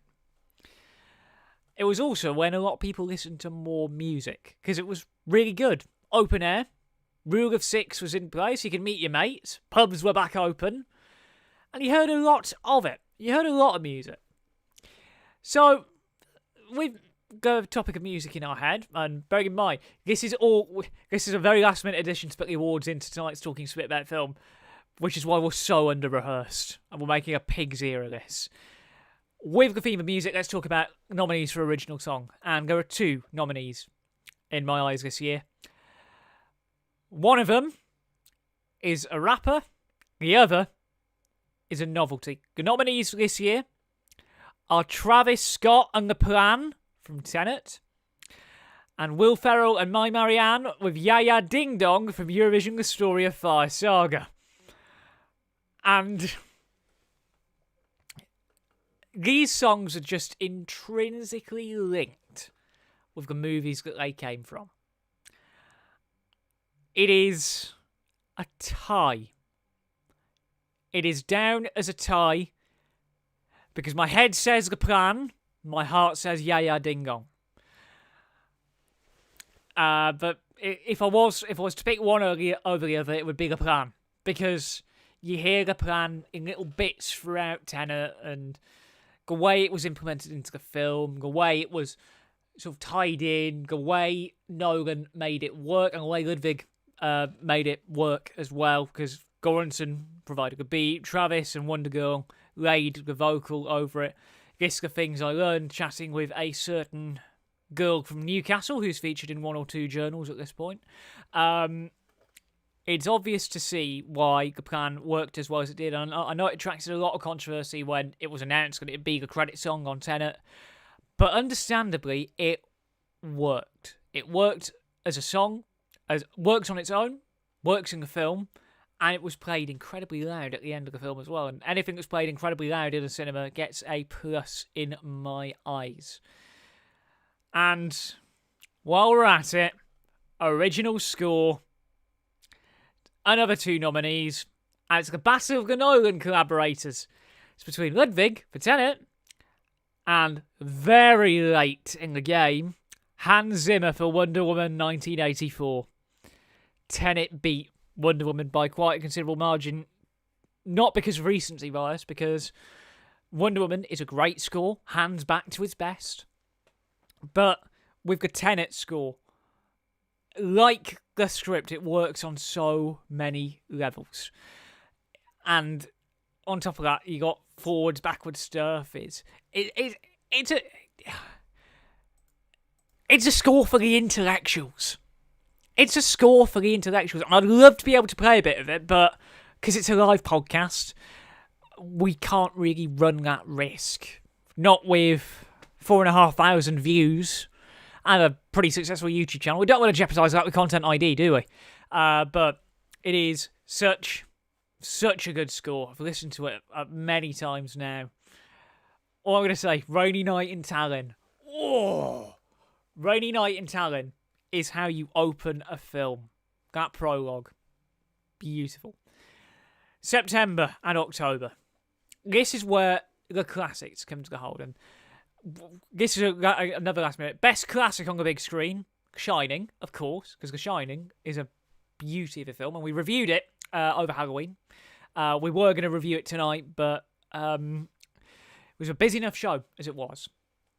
But September and October, that's when the delays kicked in again. That's when 10 o'clock curfews kicked in for cinemas, rule of 6s were enforced, household mixing was tightened. But we also got a lot of other films as well. We got movies like St. Maud. We got movies like Bill and Ted Face the Music, which it was okay. It was an okay film, not as good as the first 2. It was on the last Talking Smit About Film that we did before I had to take a few weeks out. We also had independent foreign releases like a new version of Les Miserables, which was very different compared to what people had thought. Les Mis, it's not the musical. Definitely not the musical. If you want the musical, it's on DVD, and I watched that over the weekend. It was good. But it was September, October when things started to get real again. Everyone was thinking, look, we may have Tenet, we may have a lot of other movies, but there was also what we know now as the second wave kicking off. And again, we have discussed this quite a bit on 2020 Wipe. So for the full look back, we will just go back and watch 2020 Wipe. That's the best I can say. But of course, we had all of these films. We also had, in October, towards the back end of October, we had the arrival of a certain subsequent movie film on Amazon Prime. It was a gutsy move putting out a Borat movie that close to the US election, but it was a risk that ultimately paid off because what Sacha Baron Cohen did with Jason Momoa, it was enough to procure some form of awards contention, because we're going to start talking about performances now. And we will start with performances in a supporting role. And we don't separate the genders. We just say, look, this is the best performance by this one, this is the best performance by this one. The two best supporting performances that stood out for me this year were Robert Pattinson in Tenet as the ever-lovable Neil, a man who changed audience perception on his style of work after Twilight happened, and of course he's going to be playing the Batman in 2 years from now for Matt Reeves. First trailer looked incredibly promising, and you know you're going to get a good performance when you work with Christopher Nolan. But the female supporting performance that is the even bigger one than Pattinson was Maria Bakalova from Borat subsequent movie film. What a debut Hollywood role. And I'm just going to stop here and say, Happy New Year, Europe. We're out. What a shame. But that means we're an hour away from 2021 here in England. Get hyped. But yeah, Maria Bakalova is the winner of the supporting role in a female role category for 2020 here at TheJackSmit Ventures.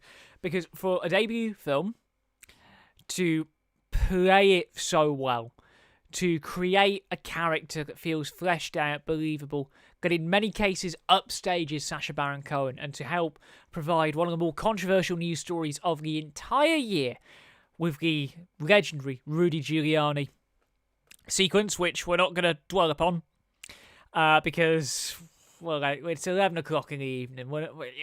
We're technically in late night radio realms now.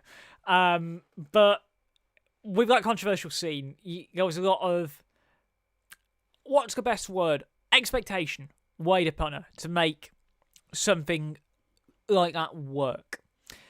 But ultimately, she did make it work. She created a star out of herself, and she kept that up on all of the PR and marketing for the film too. It was such a good role for her, and working with Sacha Baron Cohen really has set off, I reckon, what's going to be a very good career for her in the future. She's got quite a few roles booked in. Bakalova is a name to watch in the future. And, yeah, I don't know what else I can say about that. November and December. November, cinemas shut. Again. Typical. Bond gets moved again. Typical. And Wonder Woman 1984 gets confirmed for a premium video on-demand release on HBO Max in America and here in the UK on January the 13th. It also prompted a lot of people to seriously rethink what they were doing over Christmas and New Year, but again, the less said about that, the better. But it was also a moment where we realised, yeah, maybe we can give photography a go. Maybe we can give photography a bit of a go. And again, tenuous link, because we under-rehearsed this bit. The perks of doing a live show. I've been going at this podcast now for 2 hours. Been doing 2 hours of live presenting. Never done this before. Cinematography is our next category. And go again, because of the limited amount of films that we have on offer this year, there are only 2 nominees. One of them is obvious, the other is recency bias. The nominees for cinematography this year are Hoyt van Hoytema for Tenet and Matthew Jensen for Wonder Woman 1984. During a review, I made clear my reasoning for Wonder Woman 1984 cinematography not being as up to scratch as it should have been. The winner is Hoyt van Hoytema, surprise, surprise, because Tenet did things with IMAX cameras that you never thought could be done with IMAX cameras. They were in planes, they were in trains, they were in cars, they were all over the shop. On that film, as Chris Nolan said, they are a part of the furniture on a syncope production nowadays. And it's understandable why, because filming on 70mm is no mean feat. Filming entirely on film, on 65 for standard print, and then your 70mm premium large format IMAX, that's even crazier. A lot of filmmakers generally shoot all digitally. But doing a whole movie, shot and finished on film in this age, in COVID-19 times, is a gutsy move. May explain why the Tenet sound mix was too loud. If it wins sound design and sound editing at the Oscars in April, that'd be bloody hilarious, that. But, of course, we've looked back at the year. We've now reached the big categories. It is now time to talk about Best Direction. And there are four nominees for direction this year.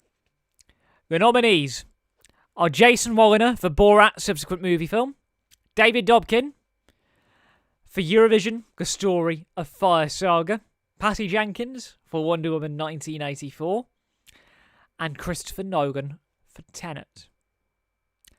The winner is someone who, again, may have confused audiences, but the more you think about it and feel it, the more you understand.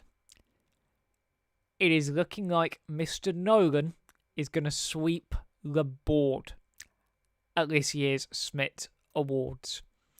That isn't to say that the quality of the other directors hasn't been subpar.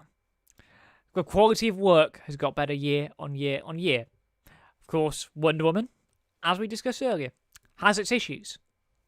But ultimately, these are the four films that just got the pacing right, that got the way that the films were constructed right. These were the films that made it just happen on the big screen.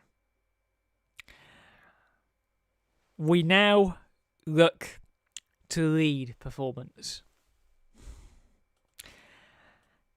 And again, there was a wealth of talent to choose from. You had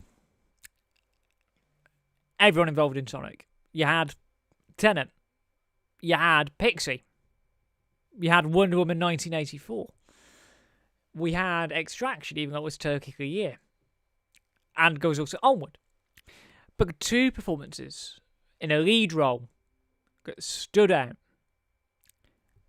were John David Washington keeping up the form that his old man Denzel had started.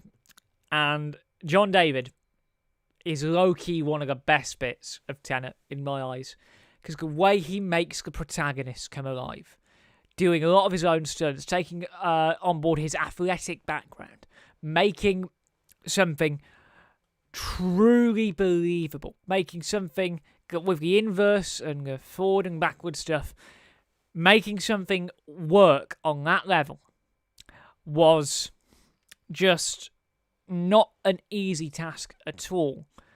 And it's probably going to get overlooked by Oscar voters, because Oscar voters, I've said it once and I will say it again, Oscar voters like to watch people suffer for their art. Just go look at what happened to Leo with The Revenant, which we might review in a future Talking Smit About Film episode. Might make you feel cold as we reach the depths of winter. That's lead role for men. For women, we talked about her earlier tonight, and Olivia Cooke anything she does seems to turn to gold. Now, a few years back, I went to Manchester Film Festival, and she was there promoting a film called Casey Says Goodbye. And this was just before she was announced for Ready Player One. And I knew, based on how she was talking, what is now View Manchester Printworks, I just knew that she would be a talent in the future, and she's proving herself to be that kind of talent. I know she's in a lot of TV. She was in Bates Motel a few years back. She's making more of a leap towards Hollywood nowadays. But Olivia Cook is another talent who's showing a lot of promise. A bit like Saoirse Ronan in many regards. She naturally puts herself into every role. Even though the accent is questionable, she's able to make that role of Pixie work to her advantage, make it her own. That's the important criteria, is that these talents have to make the role their own. And that is the main reasoning. These two performances from John David and Olivia are what I like to think the bread and butter of what makes a good movie stand out from a bad movie. Because if you can relate with the characters, that's brilliant. If you can relate with the characters, then you are in for a treat. If you can't relate with the characters, well, you know the film's going to be crap. And that is where the Emoji Movie struggled. Every year, I have to make that joke. But again, I've been on a film set. I know what it's like to get good performances out of talent. It is not easy, and that's testament to the directors of each film and having a good script to work with as well. Now, it's a good job I've got quite a bit of time to kill on this bit, because we don't give this award out very often, and it's getting warm in here. Every couple of years, we give out the Landmark Award, which is awarded to standout talent and companies who we've worked with over the last calendar year, and people who are worthy, people who deserve the accolade. And of course, there are a lot of worthy candidates, of course, so we're going to give a few of them out this year. The first Landmark Award is, of course, NHS and key workers for getting us back open in August, which is testament to them, and hopefully those of you who are on the front line, when you get a bit of time to watch back the podcast and all the content over Christmas, you enjoy everything that we've done here at TheJackSmit Ventures. That's why we've been predominantly working from home, even with cinemas in some areas open, because we play by the rules here, not like a certain advisor who travelled 200 miles to Barnard Castle. That's the only reference I'm going to do to that on this podcast. But we played by the rules here, and that's why we took a while to get back to full service. But the main recipient of the Landmark Award this year, they safely delivered the big screen experience between August 21st and November 4th. They are, in my eyes, the best team in the world. Over the last 12 months, they have put up with a hell of a lot of crap, not just within their company, but within the industry as well, in terms of shifts to ticket prices, input of new films, departure of key staff members, departure of key resident film critics for most of the year. But ultimately, on their first day back open in August, it felt like they hadn't missed a beat. It felt like they still knew how to welcome customers in. They were safe under the COVID protocol. They knew what they were doing. They were scrubbing screens like every half hour. They nailed it for the reopening. They also put some bloody good films on for that first day back as well. Inception, Jurassic Park, Pinocchio. So many big movies. In fact, I literally have the full list of movies from that first day back, because the winner of the 2020 TheJackSmit Landmark Award are Graham Royston and his team at View Preston. They have been incredible this year. With everything that's been thrown at them, they have been a team who've overcome the odds, who've kept morale up amongst staff. They are still the happiest bunch of people I have ever worked with. They are also some of the biggest legends and some of the biggest co-writers and collaborators on the series that we call The Journal. In a freelance capacity, of course, advisory. They don't fully shape the content. They had to be furloughed to do that. But that team, when they welcomed customers back in August, did not miss a single beat. When manager Laura opened those doors up at 8 minutes past 11 on that first day back, you could tell even under the masks, they were smiling. Because not only did they pull off a COVID-safe reopening, but they also kept the cinema distinctly View Preston. Because any of you who've listened, watched Talking Smit about film in the past will know how protective I am of that place and the atmosphere. And COVID times didn't change that. They still serve tea. They still serve the full range of concessions. They did run out of Earl Grey, though, which, again, I came prepared. I really did. Yep. Still haven't had a chance to drink it yet. But with everything that got thrown at them on that first day back on August 21st, going in there to watch Inception and see socially distanced sellouts, audiences coming in and sure losing God knows how much in terms of revenue because of restrictions that are in play. I can't give the figures on a public podcast like this, but cinemas lost a lot of money because of COVID secure. Let's not beat around the bush.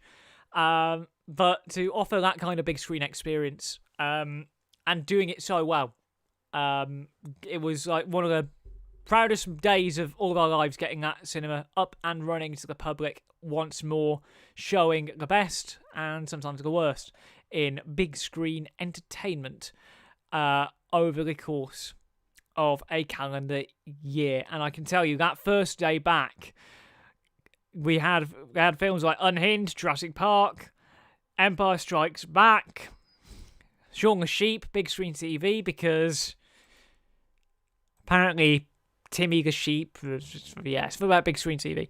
Hot Fuzz, Fast and Furious, Onward, Dream Builders, and Inception.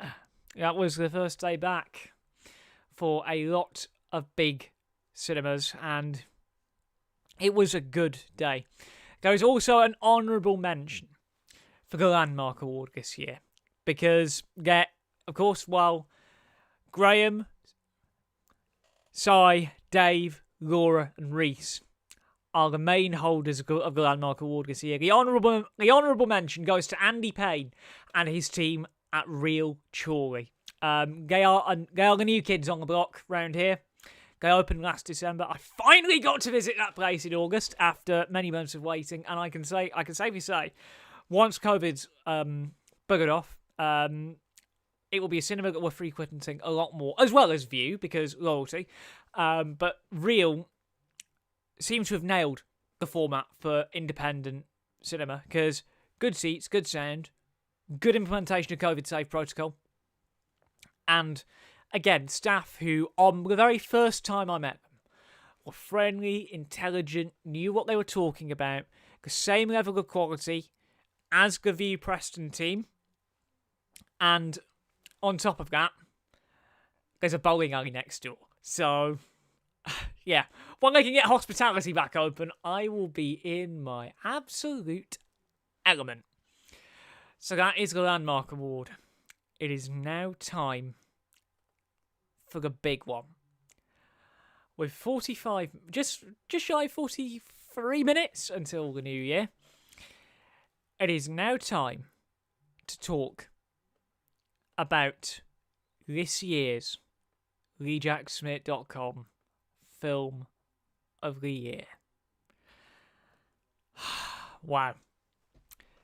We have reached that moment, ladies and gents. We have reached that moment. But when it came to determining this film, and I'm cracking open the Pepsi now because we've nearly done.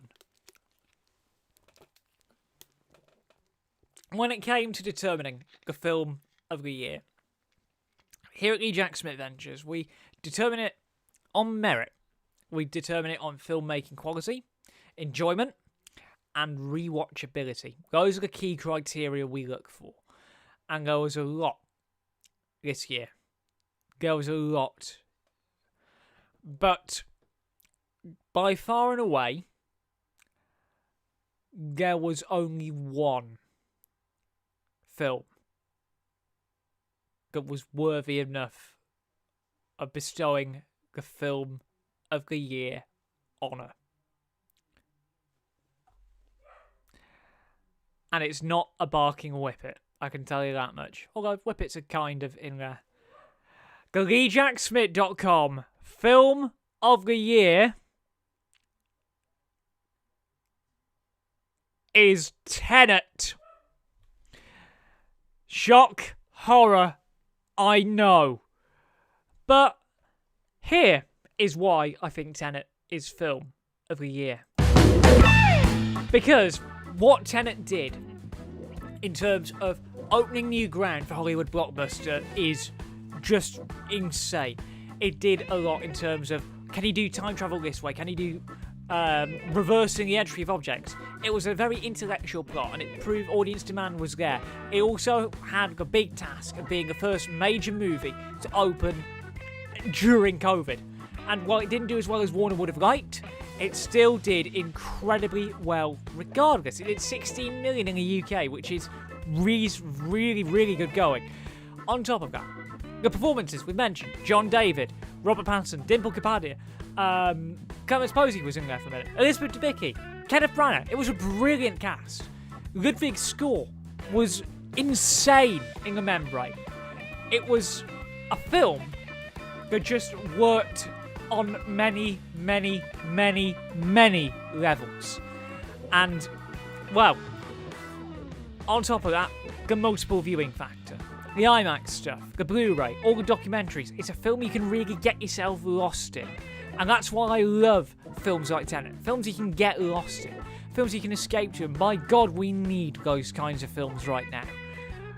While comedies and animated films are great, something like Tenet, something which is pure escapism, just the truck sequence, the plane sequence, the final battle, the Stealth 12 raid. There are moments that break your heart, there are moments that make you emotional, and we're not going to spoil them because people are still trying to watch the film because it's just come out on DVD and Blu-ray. It is a film that has a lot of appeal to it.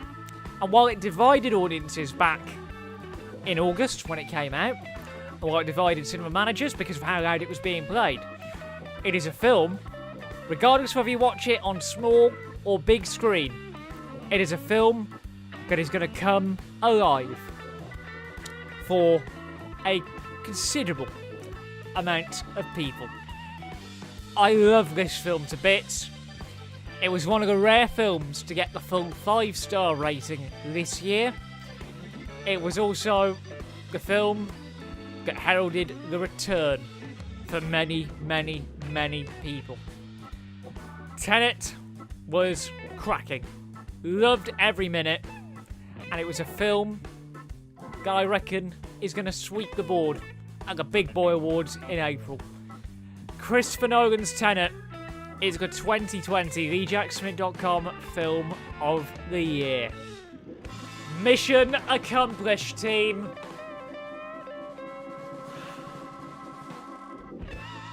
I'm just like looking at my little YouTube preview window here. There's like a 6-second delay on my end for the end of podcast. So what we're gonna do is, because I want to stay on air until midnight. I want to stay on air another 40 minutes, but we're out of material for the evening now. We are out of material for the evening. So what we're gonna do is we're gonna do some like mini capsule reviews on top of that, because let's be real, there are a lot of films that I mentioned that we haven't prepared for, and also more incentive to keep you watching. So we're going to review some more movies. How cool is that? So we'll begin with a movie that we mentioned during the main awards section there in terms of the classics.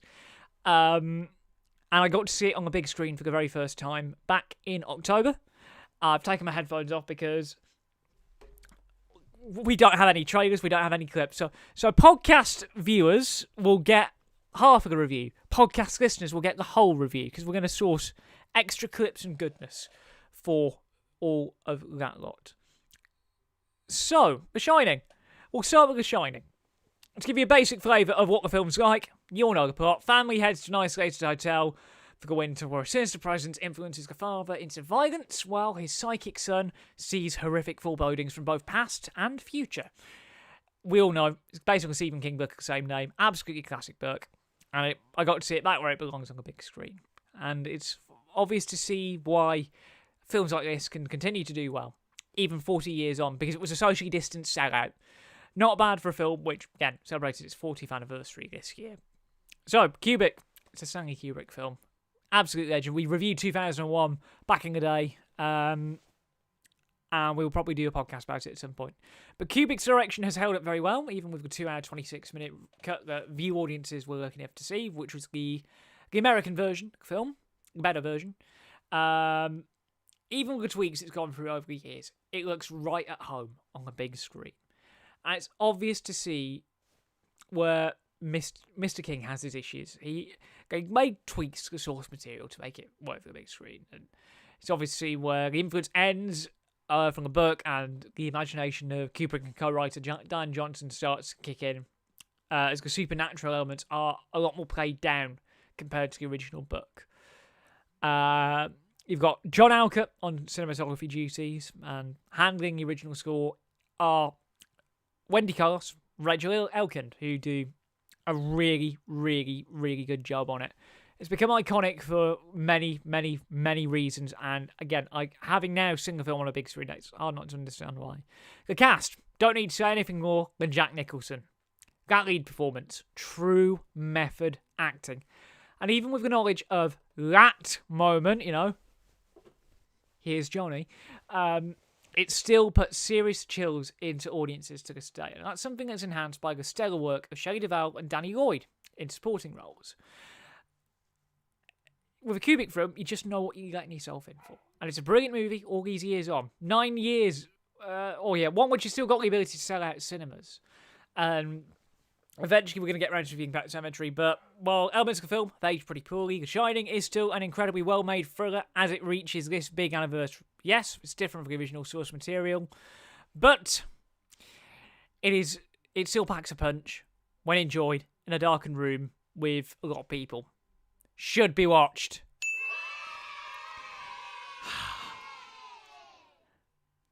This is like quick-fire reviews. I'm totally up for this. Let's do another one that has been relatively recent. Let's do Borat, a subsequent movie film, because of course we mentioned it just then. Borat, subsequent movie film, or to give the film its full title, Borat, subsequent movie film, delivery of prodigious bribe to American regime for make benefit once glorious nation of Kazakhstan. Of course, it came out on Amazon Prime on October 28th. It's a follow-up film to the 2006 comedy centering on the real-life adventures of a fictional Kazakh television journalist named Borat Sagdiyev. 14 years on from trying to woo Pamela Anderson and travelling the States to document the country, the man has managed to secretly film a sequel. And for one of the first productions to not only film but release in the COVID era, this is a big undertaking. And fans of the first one are in for a treat. Now, we mentioned him in Best Director nominations. It's Jason Molyneux in charge here. And for a first time in the directorial chair, he's able to create the same style of satirical documentary that Baron Cohen projects have been known for. And it all clocks in at an incredibly tight 1 hour 36 minutes. While there are some serious gross-out moments, including one of the most controversial moments, Rudy Giuliani flirting with a supposedly 15-year-old girl. The less said about that, the better. One of the most controversial sequences in an election year. Baron Cohen and his team of 7 writers, many of whom have been a part of his early team since he began on the 11 o'clock show back in 1998, I believe, because Ian Lee made his big break on that show as well, and I love Ian Lee's work. They're able to loosely script some brutal scenes that just work so well. And there's a lot of long-time Baron Cohen collaborators here. The Guy Spilker is back on cinematography, fulfilling the same role that he did on Bruno and Who is America. And you've got his brother Aaron, Baron Cohen's brother Aaron, on scoring duties. Again, same role he had on Borat 1 with Larry Charles back in 2006. Performance-wise, the film's strengths lie in Sasha and Maria Bakalova's performances, as they're able to convince everyday members of the public that they aren't real people. And in the case of Bakalova, she arguably steals the show at times. That's why we're giving her Supporting Actress of the Year. She's able to create a character that's two-sided. She's got the satirical edge of Baron Cohen's writing and the on-screen presence to really sell the role. Obviously, the nature of one of these movies means that the stunts are the talking point. Obviously, hijacking a Mike Pence rally in full costume as Trump. The small matter of infiltrating a protest and the COVID denier sequence, which became quite the talk of legend on social media when everyone realised it was Sacha Baron Cohen. That happened in like mid-July. And of course, the Rudy scene. They are the main talking points, but given the context of the film, it makes for some genuinely jaw-dropping viewing at times. Fans of the original Borat will have a field day with a long-awaited follow-up, and while it doesn't hit the heights of the Larry Charles directed original, the 6-laugh test is passed with ease, and the standard of Baron Cohen's work is restored after the shambles that was Grimsby. And God, that was bad film. Subsequent Moviefilm is worth a watch. Honestly, these quickfire reviews are like brilliant. You can tell we're getting bored here. So, what else have we not reviewed here on Talking Smit About Film from 2020? Oh, okay. This one was legitimately on New. This is the last film I watched of 2019. We really are delving through the archives in terms of quickfire reviews. Let's travel back to 2000. Stoner comedies were the big norm. And back then, it was Ashton Kutcher and Sean William Scott providing the laughs with Dude, Where's My Car? Podcast listeners, here's the trailer. To give you a basic flavour of the film, because bear in mind, there's like two different versions of this going out. One for podcast listeners, one for audio for you guys on the YouTube, because we're in a race. We're in a race against time to sign air past midnight. Let's bring a year back to 2000. American Pie had just come out. The teen comedy was king. And cinemas had way fewer recliners than they do now. Films that centrally revolve around two potheads waking up after a night of partying when they can't remember where they parked their car. This is a ridiculous plot. But it attracted a lot of attention from audiences. And in one cinema's case, it predicted the future. Because there's a guy called Zoltan in this film. Hello, mate. It's Danny Liner, the late Danny Liner, in charge of this film. He does a decent job of directing this one, coming in at a tight 1 hour, 23 minutes. And sure, while the script from Philip Stark is super far-fetched for a comedy film, it adds to the charm of it a lot. The critics ripped it apart back then, but 20 years later, the film has a certain thing that makes it funnier than it really should have been.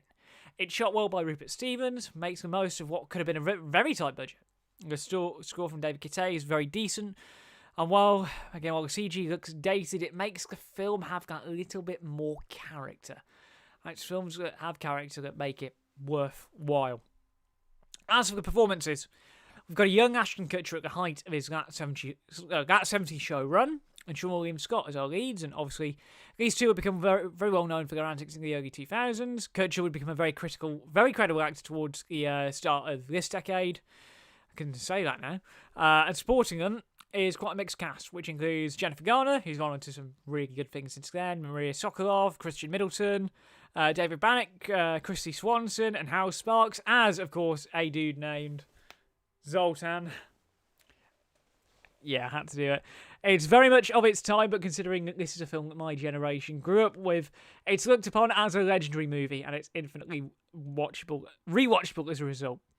It hasn't aged much in the 20 years since its release, and yeah, some of the CG looks pathetic, but for my generation, this was one of our go-to films. That and Road Trip. And American Pie, too. I can't give it a higher rating than a 3-star review, but taking into account what works and what doesn't, it's a film that I can easily watch again, and again. If you're hammered, it's worth a watch. If you're not hammered, it's not worth watching. That's the best I can do on that film in terms of Summarising it for podcasts, because translating podcast stuff to translating ratings to podcast stuff is not easy in any way, shape, or form. So, what other reviews have we not done? I think that is all from the last 2 years that we've done for everything that's on the blog. Because, bearing in mind, fun little fact, I would have been returning to radio, but things have happened at UCLan that we're not going to get into. There'll be a proper statement going out soon about what's happening with UCLan. But it's this is the gig going forward. We're back doing Talking Smit about film rather than Rip Ticket. So, other reviews that we have not done from back in the day to take you up to the new year. We have really... Actually, we haven't done 2001. Let's make it a Kubrick double, shall we? 2001, A Space Odyssey. We know the plot. Humanity finds a mysterious, obviously artificial object buried beneath the lunar surface, and with the intelligent computer HAL 9000 sets off on a huge quest. Now, it's a common conversation amongst us critics that Stanley Kubrick's 1968 science fiction effort is a masterpiece, but for many of us, we've not had the honour of seeing it where it belongs on the big screen. Well, I have. I got to see it middle of May 2018. And it was the new unrestored version, because it was reissued in 70mm for diehards, new 4K print for majority of cinemas. And it's obvious that the slogan of the ultimate trip still lies true to this day. Kubrick directs the film in a way that simply wouldn't work if it was made in a modern film context. It's 2 hour, 29-minute film, I think with the interval. This is a long film, and for good reason. It's able to create science fiction that stood the test of time. Script-wise, Kubrick and Arthur C. Clarke were able to turn around a really neat plot, and while the dialogue ain't great, considering the fact that the novel was written concurrently, it does a good job. It's shot magnificently by Jeff Unsworth, the soundtrack's iconic for good reason, and the visual effects work of Douglas Trumbull, and they seem just look incredibly sharp on a 4K cinema screen. Best enjoyed big and loud. That's the best I can do. Performance-wise, only 3 roles to mention.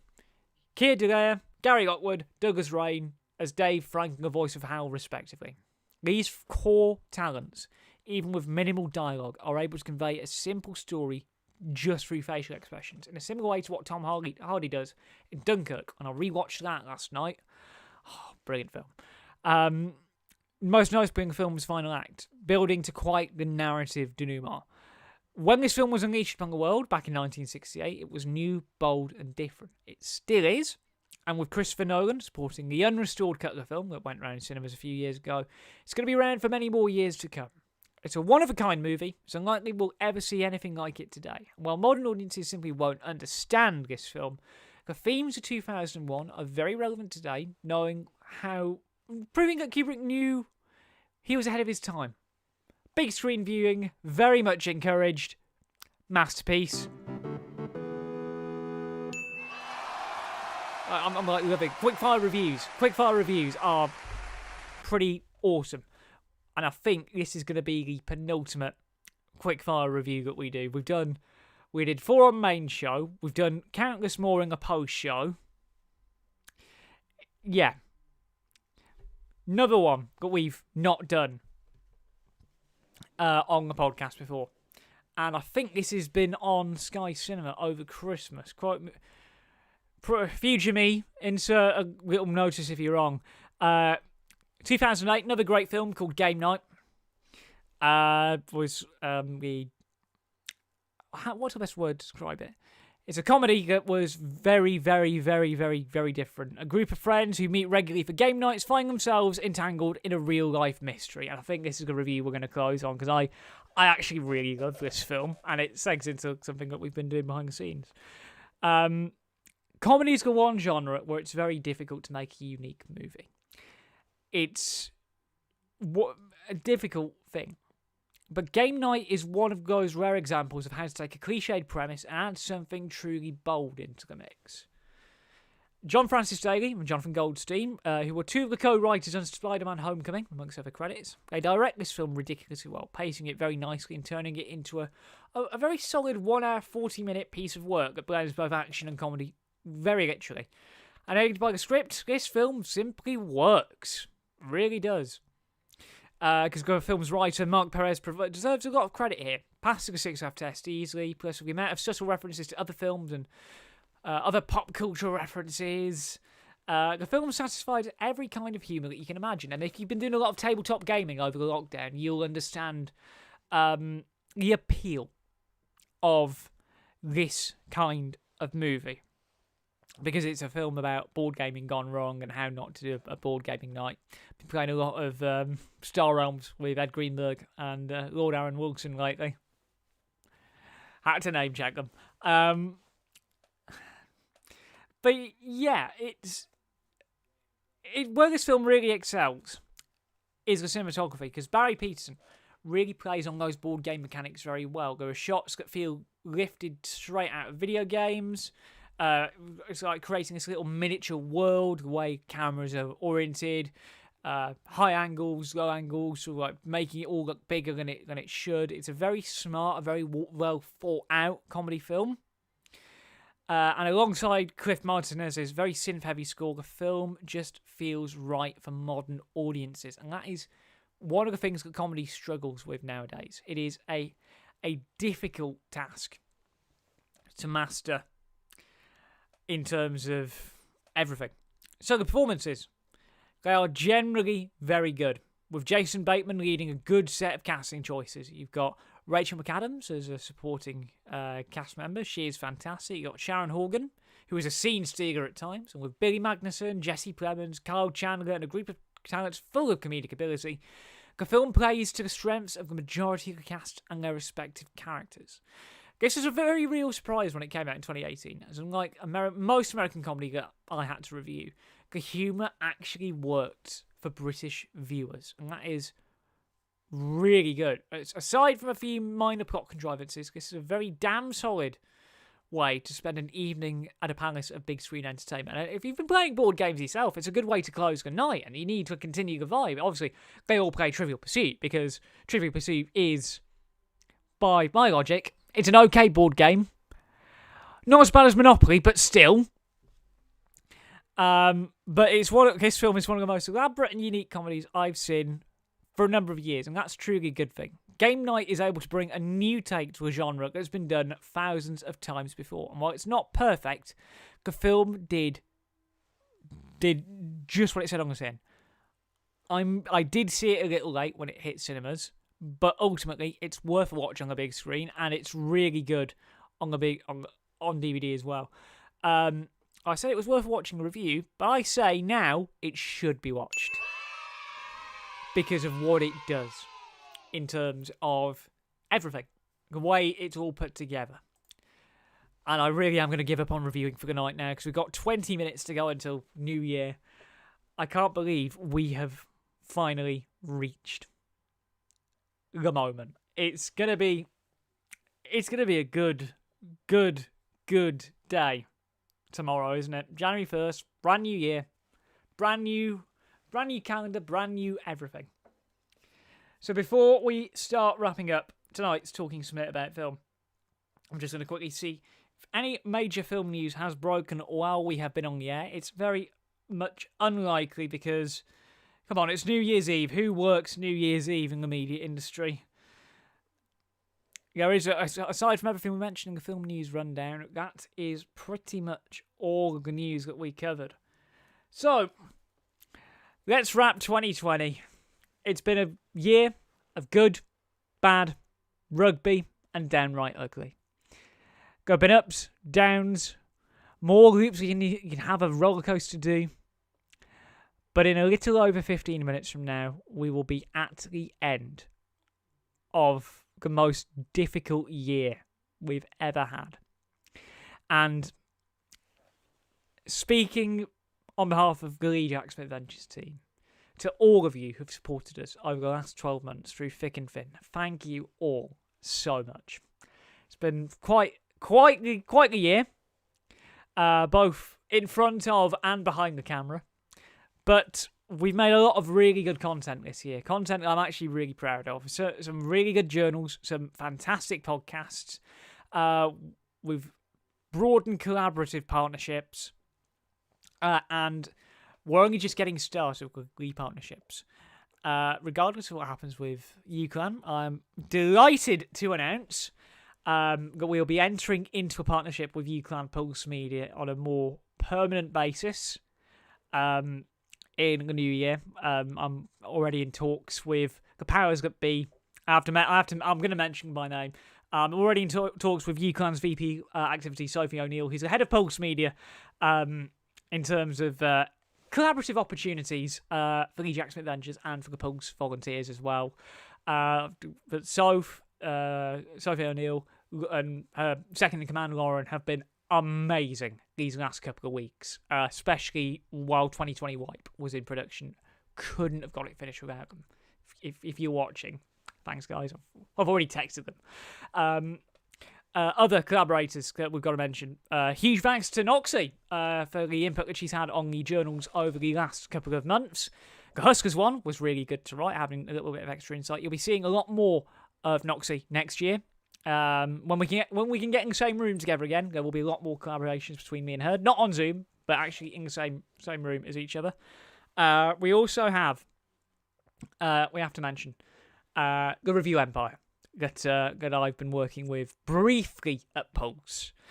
Because for the last couple of weeks I've been freelancing and getting the Pulse Media review section up to scratch. And I can safely say that student media is going to be in a very good place in January going forward, teaching the next generations the ropes on what is a very difficult art to master in terms of writing movie reviews. But there's been a lot of collaborations at Pulse this year, which has been brilliant. There's also another big collaboration, and I cannot not mention him. Huge thanks to Dan Carver for doing a Rip Ticket review with us. I've known Dan for quite a few years. We were course mates at uni. He was the VP Media last year, and he came to me in lockdown 1 and said, "Jack, do you want to do a podcast?" I said, "Sure, we'll do it." And then that evolved to become the Rip Ticket review, and it is now the highest performing podcast in the entire TheJackSmit network. There have been episodes that have had nearly 600 views, so thank you all for supporting Rip Ticket Review. The 8 episodes of that went out, and if you haven't already watched them or listened to them, just search for Rip Ticket Review in your podcast platform of choice, or go back through the TheJackSmit YouTube channel to watch the in-vision versions with brand new intros from me, because we recorded them in lockdown, and they turned out really good. Other important things to mention: if you watched the live Talking Smit About Film episodes, you are awesome. Because there have been many running jokes that have been started as a result of this podcast. Whether it be the Zooms, whether it be the Pierce Brosnan, and maybe you shouldn't be living here, that we do on every time that Pierce is involved in a film. Whether it's the Film News Rundown, whether it's Return of Box Office, whether it is just generally larking about and talking about movies. This live podcast has been an absolute joy. It's been the closest I've got to doing proper live radio this year. Believe me, I miss doing my radio show. I still do. But Talking Smit About Film is only half of the equation here on the TheJackSmit YouTube channel. The bread and butter of what we do is the journal. And with everything that's gone on this year, we got Series 2 finished, which I was happy with that. We got Series 2 finished. So whether it was the home video episode, whether it was the show dogs, whether it was cinema etiquette, whether it was the quiz, and I know you guys enjoyed the quiz. It was a very high-performing episode. I had a look at the analytics the other day. The quiz did incredibly well. Whether it was 2 years on the hustle, whether it was the retrospective look back, it was meant to kick off Series 3, but again, COVID, lockdown, complicated things. If you've watched any journal this year, thank you. It means the world. And of course, 2020 Wipe, if you haven't already watched it. If you want to look back on this hellhole of a year, laugh at it, break it apart, and move on, we have just the ticket. We have I was going to say Rip Ticket. We've got 2020 Wipe here on the YouTube channel. So if you want an hour-long look back at everything that happened in 2020, not just in film, but out of it, we've got that. And we will be doing something even bigger at Easter. I've been working on it for a little over a year. And we're going to start filming it very soon. Seeing as Easter is the new Christmas, we're going to do another wipe at Easter. And, oh my God, it's going to be good. It's going to be good. That's all I will say on the matter this side of the decade. But there is a lot of content in the works, both about film, not about film. But of course, ultimately, the first thing that's going to happen, I've got to have a well-earned break. So, as of midnight, basically, I'm on annual leave. So, this is officially my last bit of work for a month, which is last bit of work for a month or until we get down to tier 2. Well, that's not happening anytime soon. But we are approaching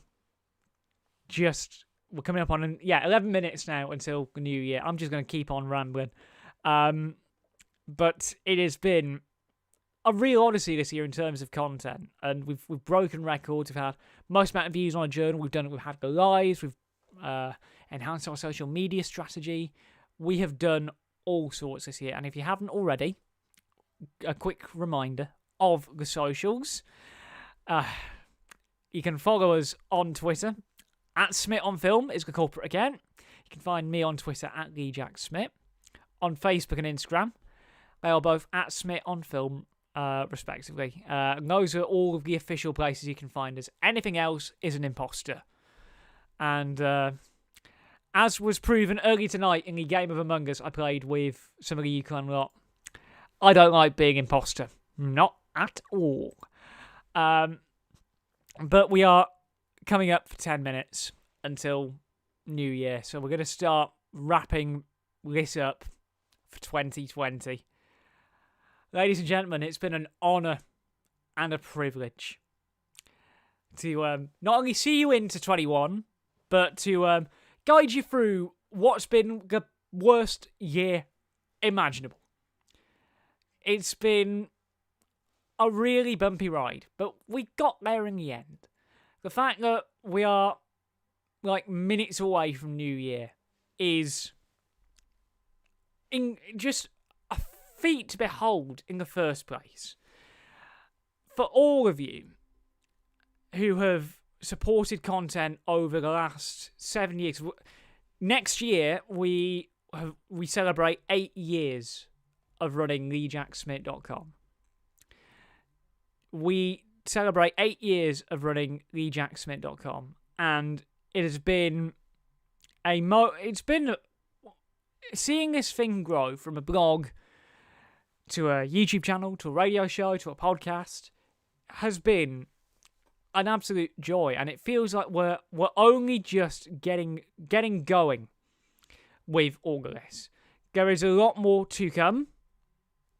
There is a lot more to come in terms of what we do, what we get up to. But it has been a joy, not only reviewing films, but talking about the industry. Making the best of what's been a very, very, very, very crappy year. And in terms of future content plans, we're not in a position to give much away yet, but there will be season 3 of the journal will be coming at some point next year. We're heavily rewriting it in light of recent events. There'll be plenty of content on Just the Goodsmith. There'll be a new series coming soon to this YouTube channel. Either this one or Just the Goodsmith. And it's just going to be pure banter. We're calling it Smit Posting. And it's a unique premise. But it's a premise that hopefully will put a laugh and a smile on your faces. We also have, on top of that, the reviews will slowly start to return to full strength. We will have, of course, Talking Smit Film will be central to all of this. So you will get podcasts every now and then too. And again, we will try and make as much content as we can to see you through until cinemas reopen, we can get back to full occupancy, and most importantly, we can all get the COVID jab, because still, it's an uphill battle ahead, but I know we will get there. It's been, honestly, I can't find the words to describe the support we've had this year. It's been cracking. So, I can't say it enough, but on behalf of myself, the producers, the executive producers, the writers, and everyone who makes the journal Talking Smit About Film, and everything related to the non-written stuff happen, thank you. Thank you so much. It has meant the world to do content. So, we are 6 minutes and 40 seconds away.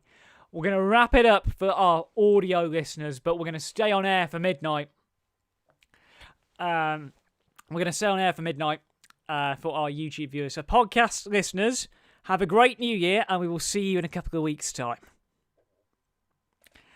But for YouTube viewers, we are 6 minutes, 16 seconds away from seeing out this really, really bad year. I'm glad to see the back of it. I'm really, really, really glad to see the back of 2020. So, with that being said, let's start getting ready to see out 2020. It's been a long time coming, this. It really has been a long time coming. And I genuinely don't know how I feel about this, because we're like five and a half minutes now.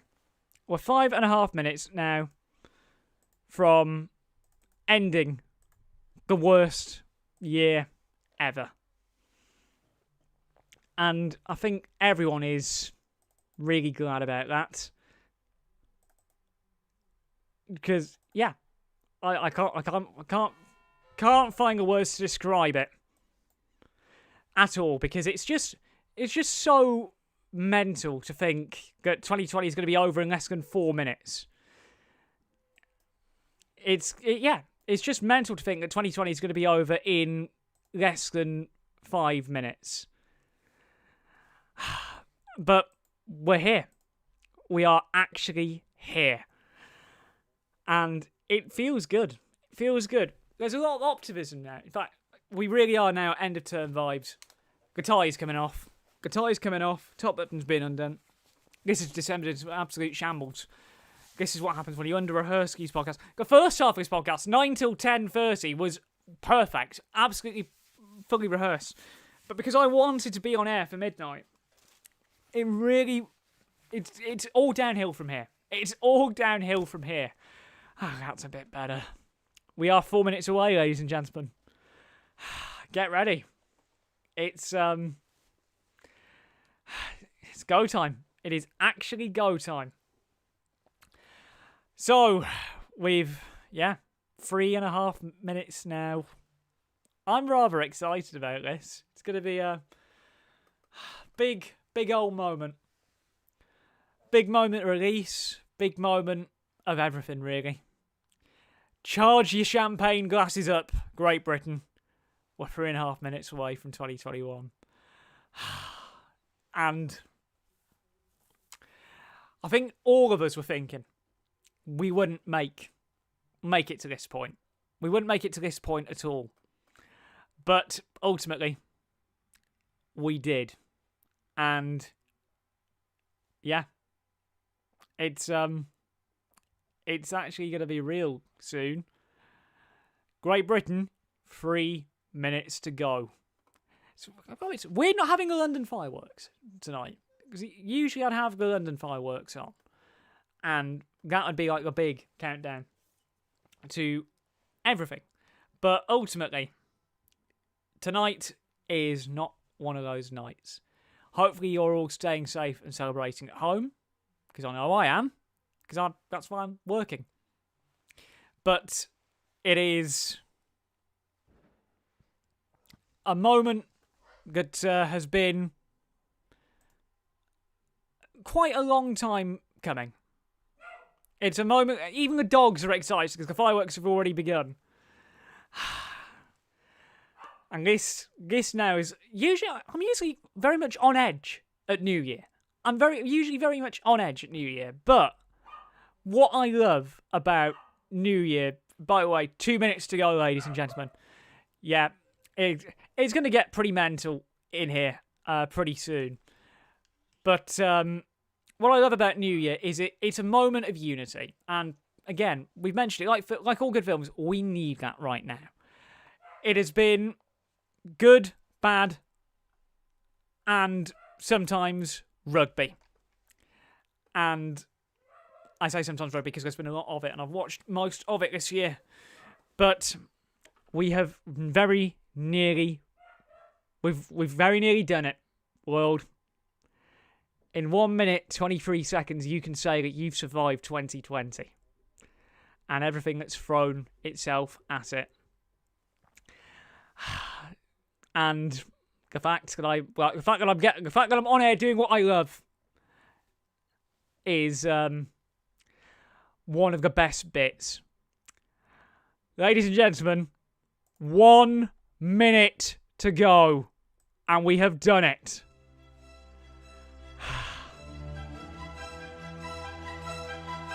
This is going to be a good moment.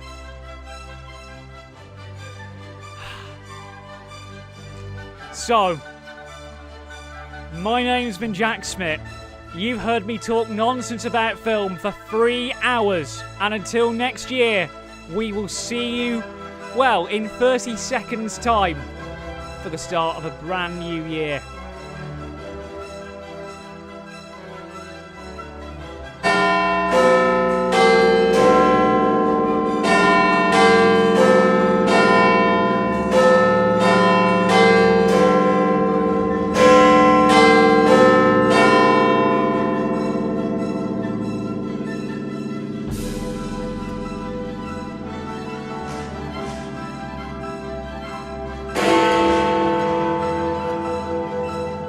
Happy New Year, everyone! But that really is it for Talking Smit about film for this year. Thank you all so much for everything over the last few years. We will be back in a few weeks' time. But until then, stay safe, take it easy, and celebrate in style.